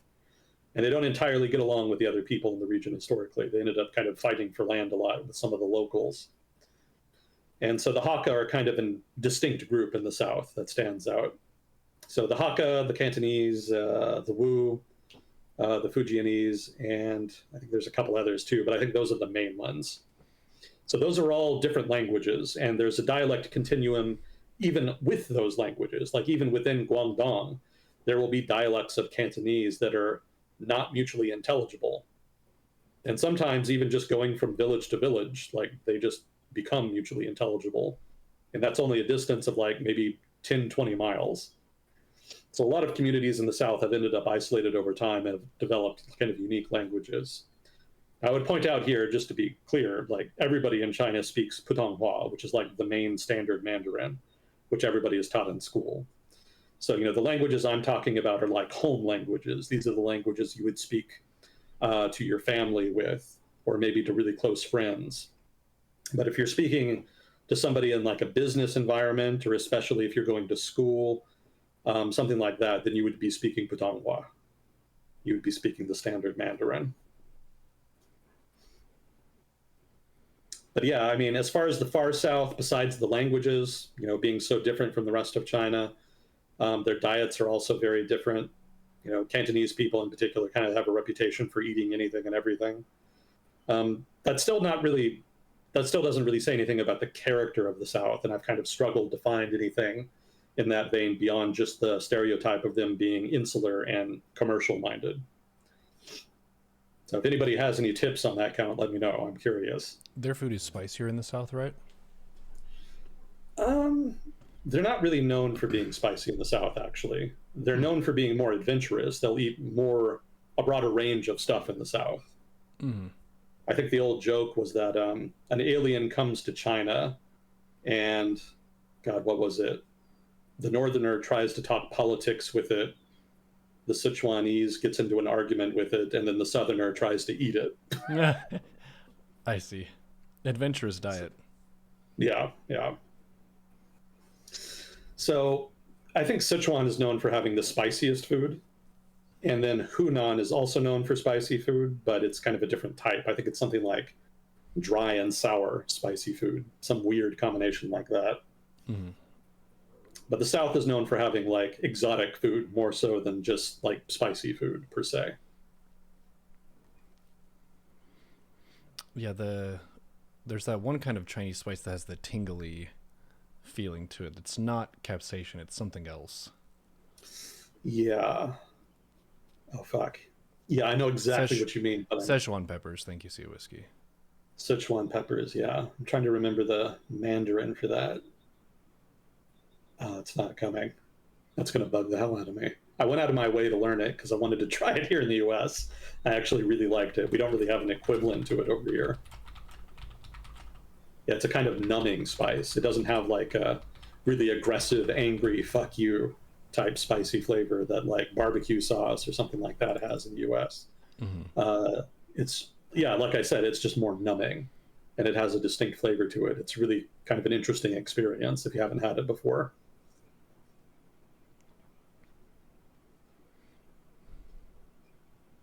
I will say that having hot pot in Sichuan was one of my core memory experiences when I was traveling in China. That was really cool. Very good food. Nice. Completely fucked me for the next day. My stomach did not appreciate it, but it tasted fantastic. I see. Do you think it was because of the spice or the water? I don't know. I don't know. It might have actually been the pig brain. What the fuck? Because that was one of the. Yeah. Well, while we were there at the restaurant having the hot pot, they kind of gave us the option of adding some exotic ingredients, and I kind of took the opportunity to try the pig brain. Oh. And so, you know, maybe that's what upset the stomach, but it could have just been the spices or just any combination of things. Who the fuck knows? Did you absorb the memories of the pig? I don't think so. Oh. Unless the memories were that of suffering from indigestion. I remember trying goat brain at an Indian restaurant with you in Texas. Did we try that? I know I got it. I don't know if you and Kukyo had it. Oh man, I don't remember. Yeah. What did you think of it? I thought it was fine. It wasn't like particularly good in the sense that I must have this again, but it's kind of like this is a part of the animal. I can see why they would like cook this and eat this too. That's one of the elements of cooking for any part of the world is you are given a task to try to take the random shit that is in your zone and make it tasty and check off your nutrient boxes. So that's going to include some stuff that the modern palate in many places would consider gross or off-putting. But if you have scarcity of resources, you're going to try to use as much of the animal as you can. The brain is a part of the animal. It's a very fatty tissue. There's a lot of nutrients that could be gained by eating that. Does it sound like mind flayer behavior? Yes, it does.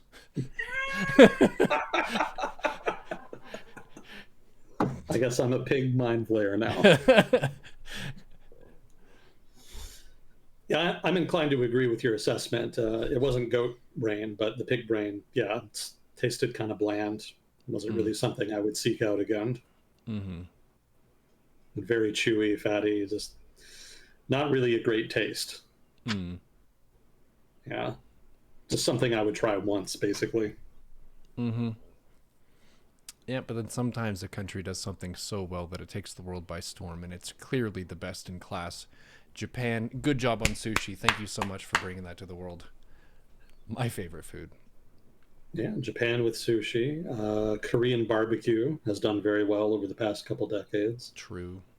Thai food has done pretty well. Oh yeah, Thai food is amazing. pretty much ubiquitous now. Massaman curry with beef I would get all the time. Hot pot, Chinese hot pot, that is actually doing really well, but it hasn't really made it to the US too much, at least not yet. Yeah, you have to go to one of the major cities that has a high Asian population. Because if you go to Seattle, super easy to find hot pot. Try to go to South Dakota somewhere and find hot pot, no luck. Yeah. We have a Thai restaurant that's like 45 minutes away. Not a single person of Asian descent in sight.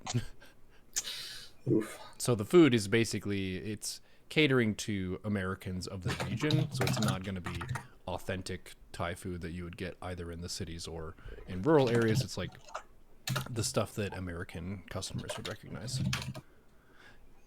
Angular from chat is saying that you can thank Norway for Japan's sushi popularity because Norwegian salmon is what supercharged it. Huh. Really? I love salmon. Huh. Norwegian salmon.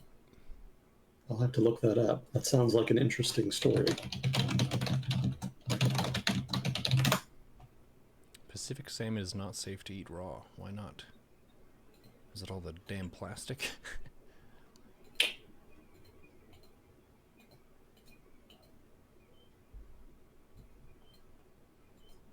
I was reading an article a couple weeks ago, and it had a list of Chinese private sector companies that have actually become competitive outside of China.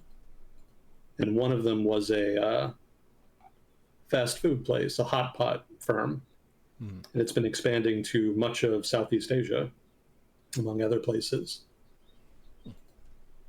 And I think they've been thinking about moving to the US. I hope they do it sooner rather than later. I would like an excuse to have some. Mm-hmm. Yep. Having trouble finding it, though, so I'm not sure where it is. Yeah, there's a couple of Chinese private sector firms that have started becoming more competitive and have been moving out of China. And so that's probably the bleeding edge of what's going to be a broader expansion outside of China by newly competitive Chinese firms. It used to be there weren't too many. Used to be it was kind of What one of them was a sportswear brand. This would have been like back in the 20 teens. There was a Chinese sportswear brand that did very well for itself. There was a bottled water company that did very well for itself. No surprise. Everybody in China uses bottled water because they don't trust the tap water. So when I first read that one of the biggest private sector companies in China was a bottled water company, I laughed. That makes a lot of sense.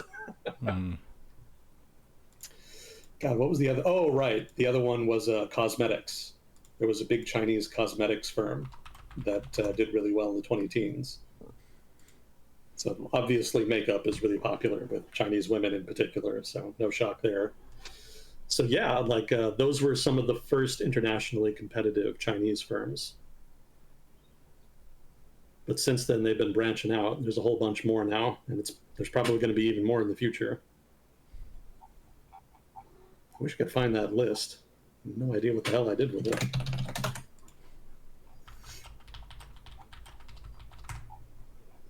But yeah, hot pot, very delicious. Don't have it with pig brain.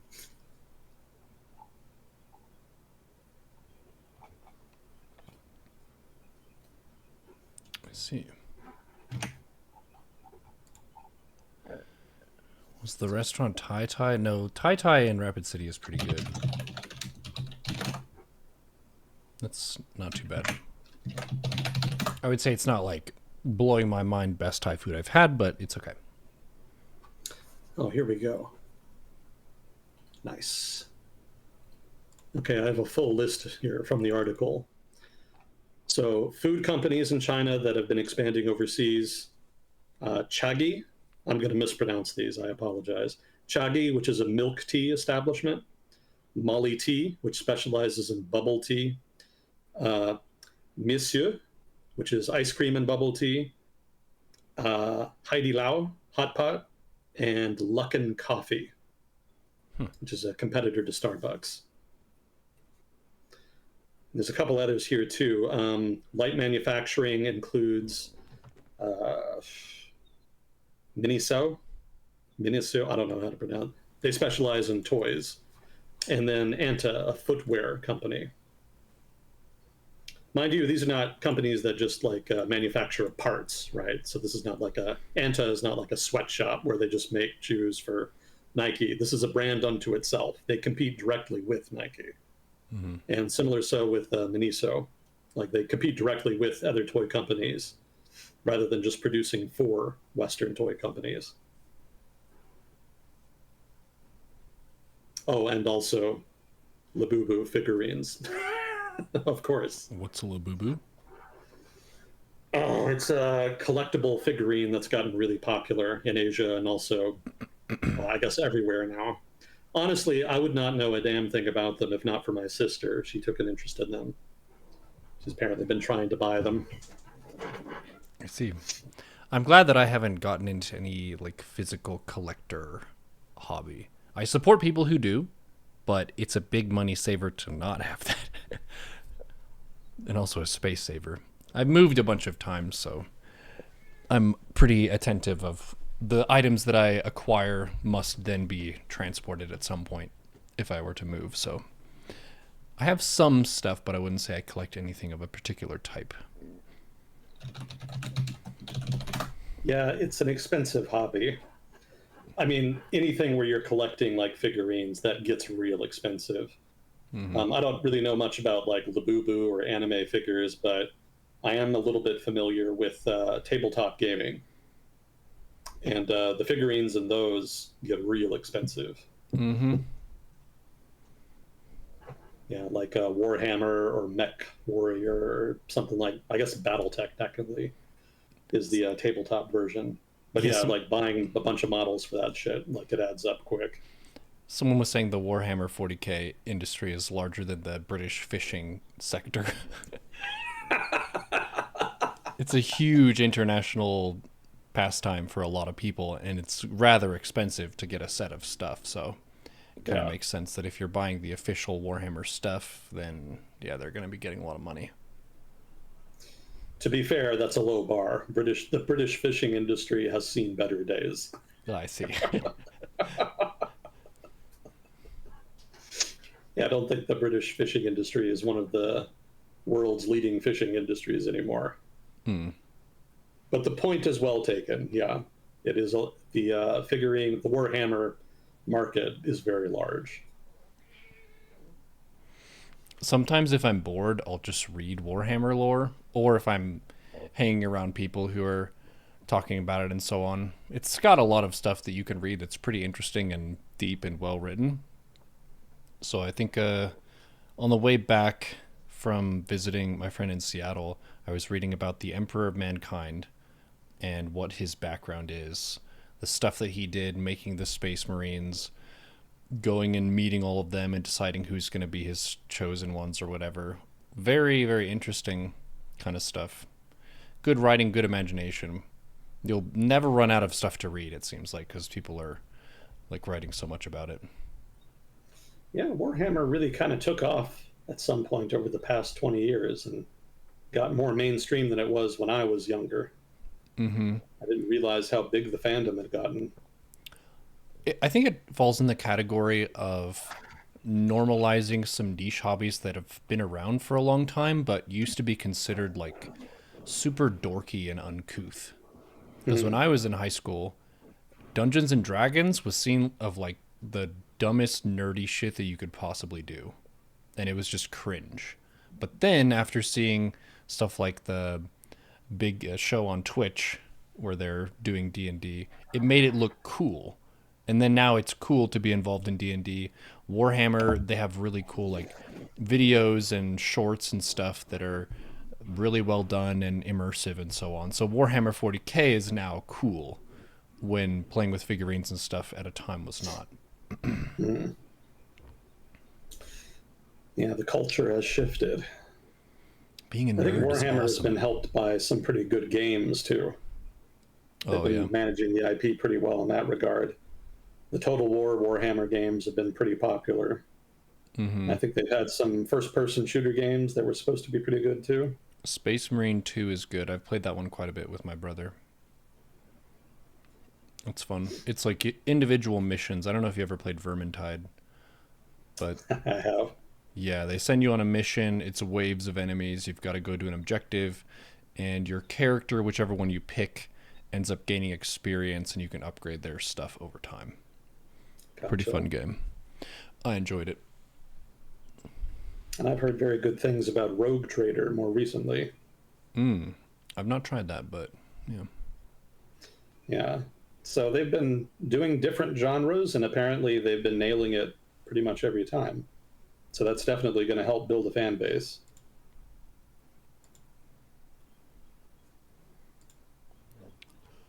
I thought it was that StarCraft was supposed to be a Warhammer 40K thing, but then that fell through. So they ended up twisting stuff to make it their own. I think I've heard that rumor before, but I don't think it's ever been verified. Mm. Yeah, I just always assumed they were borrowing heavily from early 90s sci fi culture, sci fi Mm-hmm. media, rather. So, like Mm-hmm. Aliens and Predator and that kind of stuff Yeah. seemed to really heavily influence the art style. I like the gritty future sci-fi. It's a cool vibe. Ditto. It's Kind of wish spooky. they would get back to it. There was a it's not a short. I'm trying to look for the word for it. It's kind of like a mini TV episode within the Warhammer 40K universe. This is on their they have like their own platform where all their videos and stuff go. And it was tracking this world where they have this a bunch of cathedrals and so on, and they're getting invaded by the zombie robots.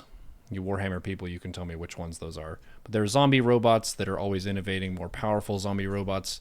They do experiments on people, super evil, whatever. They're going to this planet and they're wiping out the humans on the planet. A lot of humans are trying to escape, but most of them are dying. And there's a crash landing of some space marines that land, and these are salamanders, which are apparently the closest thing to a nice space marine that there are. And this one guy is trying to protect a group of people who are kind of isolated on this world. And it's just really cool to see the difference between his character and what a normal human is, because the space marines are multiple hundreds of years old. They've been heavily modified from historical humans. They have like redundancy of their vital organs. They're super tall. They're super strong. They have better reflexes. Just all that kind of development and stuff. But it's just really cool action to see like a future superhuman fighting these really grotesque and weird dystopian future threats. They're the Sisters of Battle as well. They look like space nuns, kind of. And this is all Warhammer, right? Yep. Yeah, I like the salamanders the most because they're the most likely to help people. Most Space Marines are kind of like, I'm here for my mission, fuck you. Also, fuck all aliens that are not humans. So it's not a very diplomatic and peaceable future that they set up. In the grim darkness of the far future, there is only war. Rough. Mm-hmm. Yep, enjoy this relative peace while you can, chat. Because 37,000 years from now, it's going to get pretty gnarly.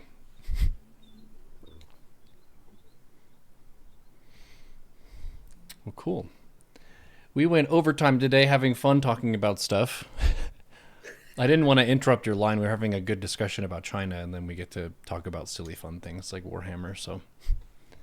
Oh, thank you for indulging me. Yeah. Always I have another recommendation for you, by the way. What have you got? So I finished Planescape Torment. Mm-hmm. Very good. I almost started KOTOR. Mm-hmm. But the temptation to play the so-called spiritual sequel to Planescape Torment was too great. So I'm actually playing Torment Tides of Numenera right now. So it's not an actual sequel, but a, again, quote-unquote spiritual sequel. And it's been very good so far, too. So I would recommend that as well. Cool. Yep, I've just been playing Dota, almost nothing else. I do StarCraft as well. I've noticed that warming up with StarCraft can set a good tempo for myself, but I have a lot of fire to reach Immortal. And Apoptosis in chat, he's been working really hard on his play as well and getting coaching. It's interesting to see how there are heroes in the game, that's a constant. The heroes get buffed and nerfed, that's a constant. But for someone to pursue polish in their game plan, that's something that is a personal edge to cause yourself to climb. A lot of people, they stabilize at a certain rank and then they stop ranking up because they're not doing anything to polish their most prepared heroes. So it's been cool. I've gotten to climb with him and my brother and one of my friends, Broken Helix. We've been consistently winning a lot of games because we know what heroes are our best heroes. We play our best heroes, and we know when not to take stupid fights. And that's one of the life lessons for video games, and if you're the general of a military, you don't want to take stupid fights. You save so many resources by not taking stupid fights. You avoid giving the enemy advantages. You keep yourself and your people alive doing so. So being really deliberate about where you're going and what you're doing ends up making for a lot of more consistent victories. And then also being able to define what is your win condition, what are we trying to get out of this. As we've noticed with the Iran situation, we really don't have a win condition, which is why it's really messy. But if you had a clear, we're trying to get this tower, we're trying to take out this base, and then it's a victory. Like that makes it really simple. So don't go into battles without a plan. Always wise advice, whether in StarCraft or in Iran. Yep. Excuse me. Well, cool. Good discussion as usual. Thank you, chat, for your contributions. See if Whiskey think of any questions. Agent Smith for your time. We will see you on the next episode of World Discussion with Agent Smith. Thanks again. Always a privilege. Talk to you next time. GG.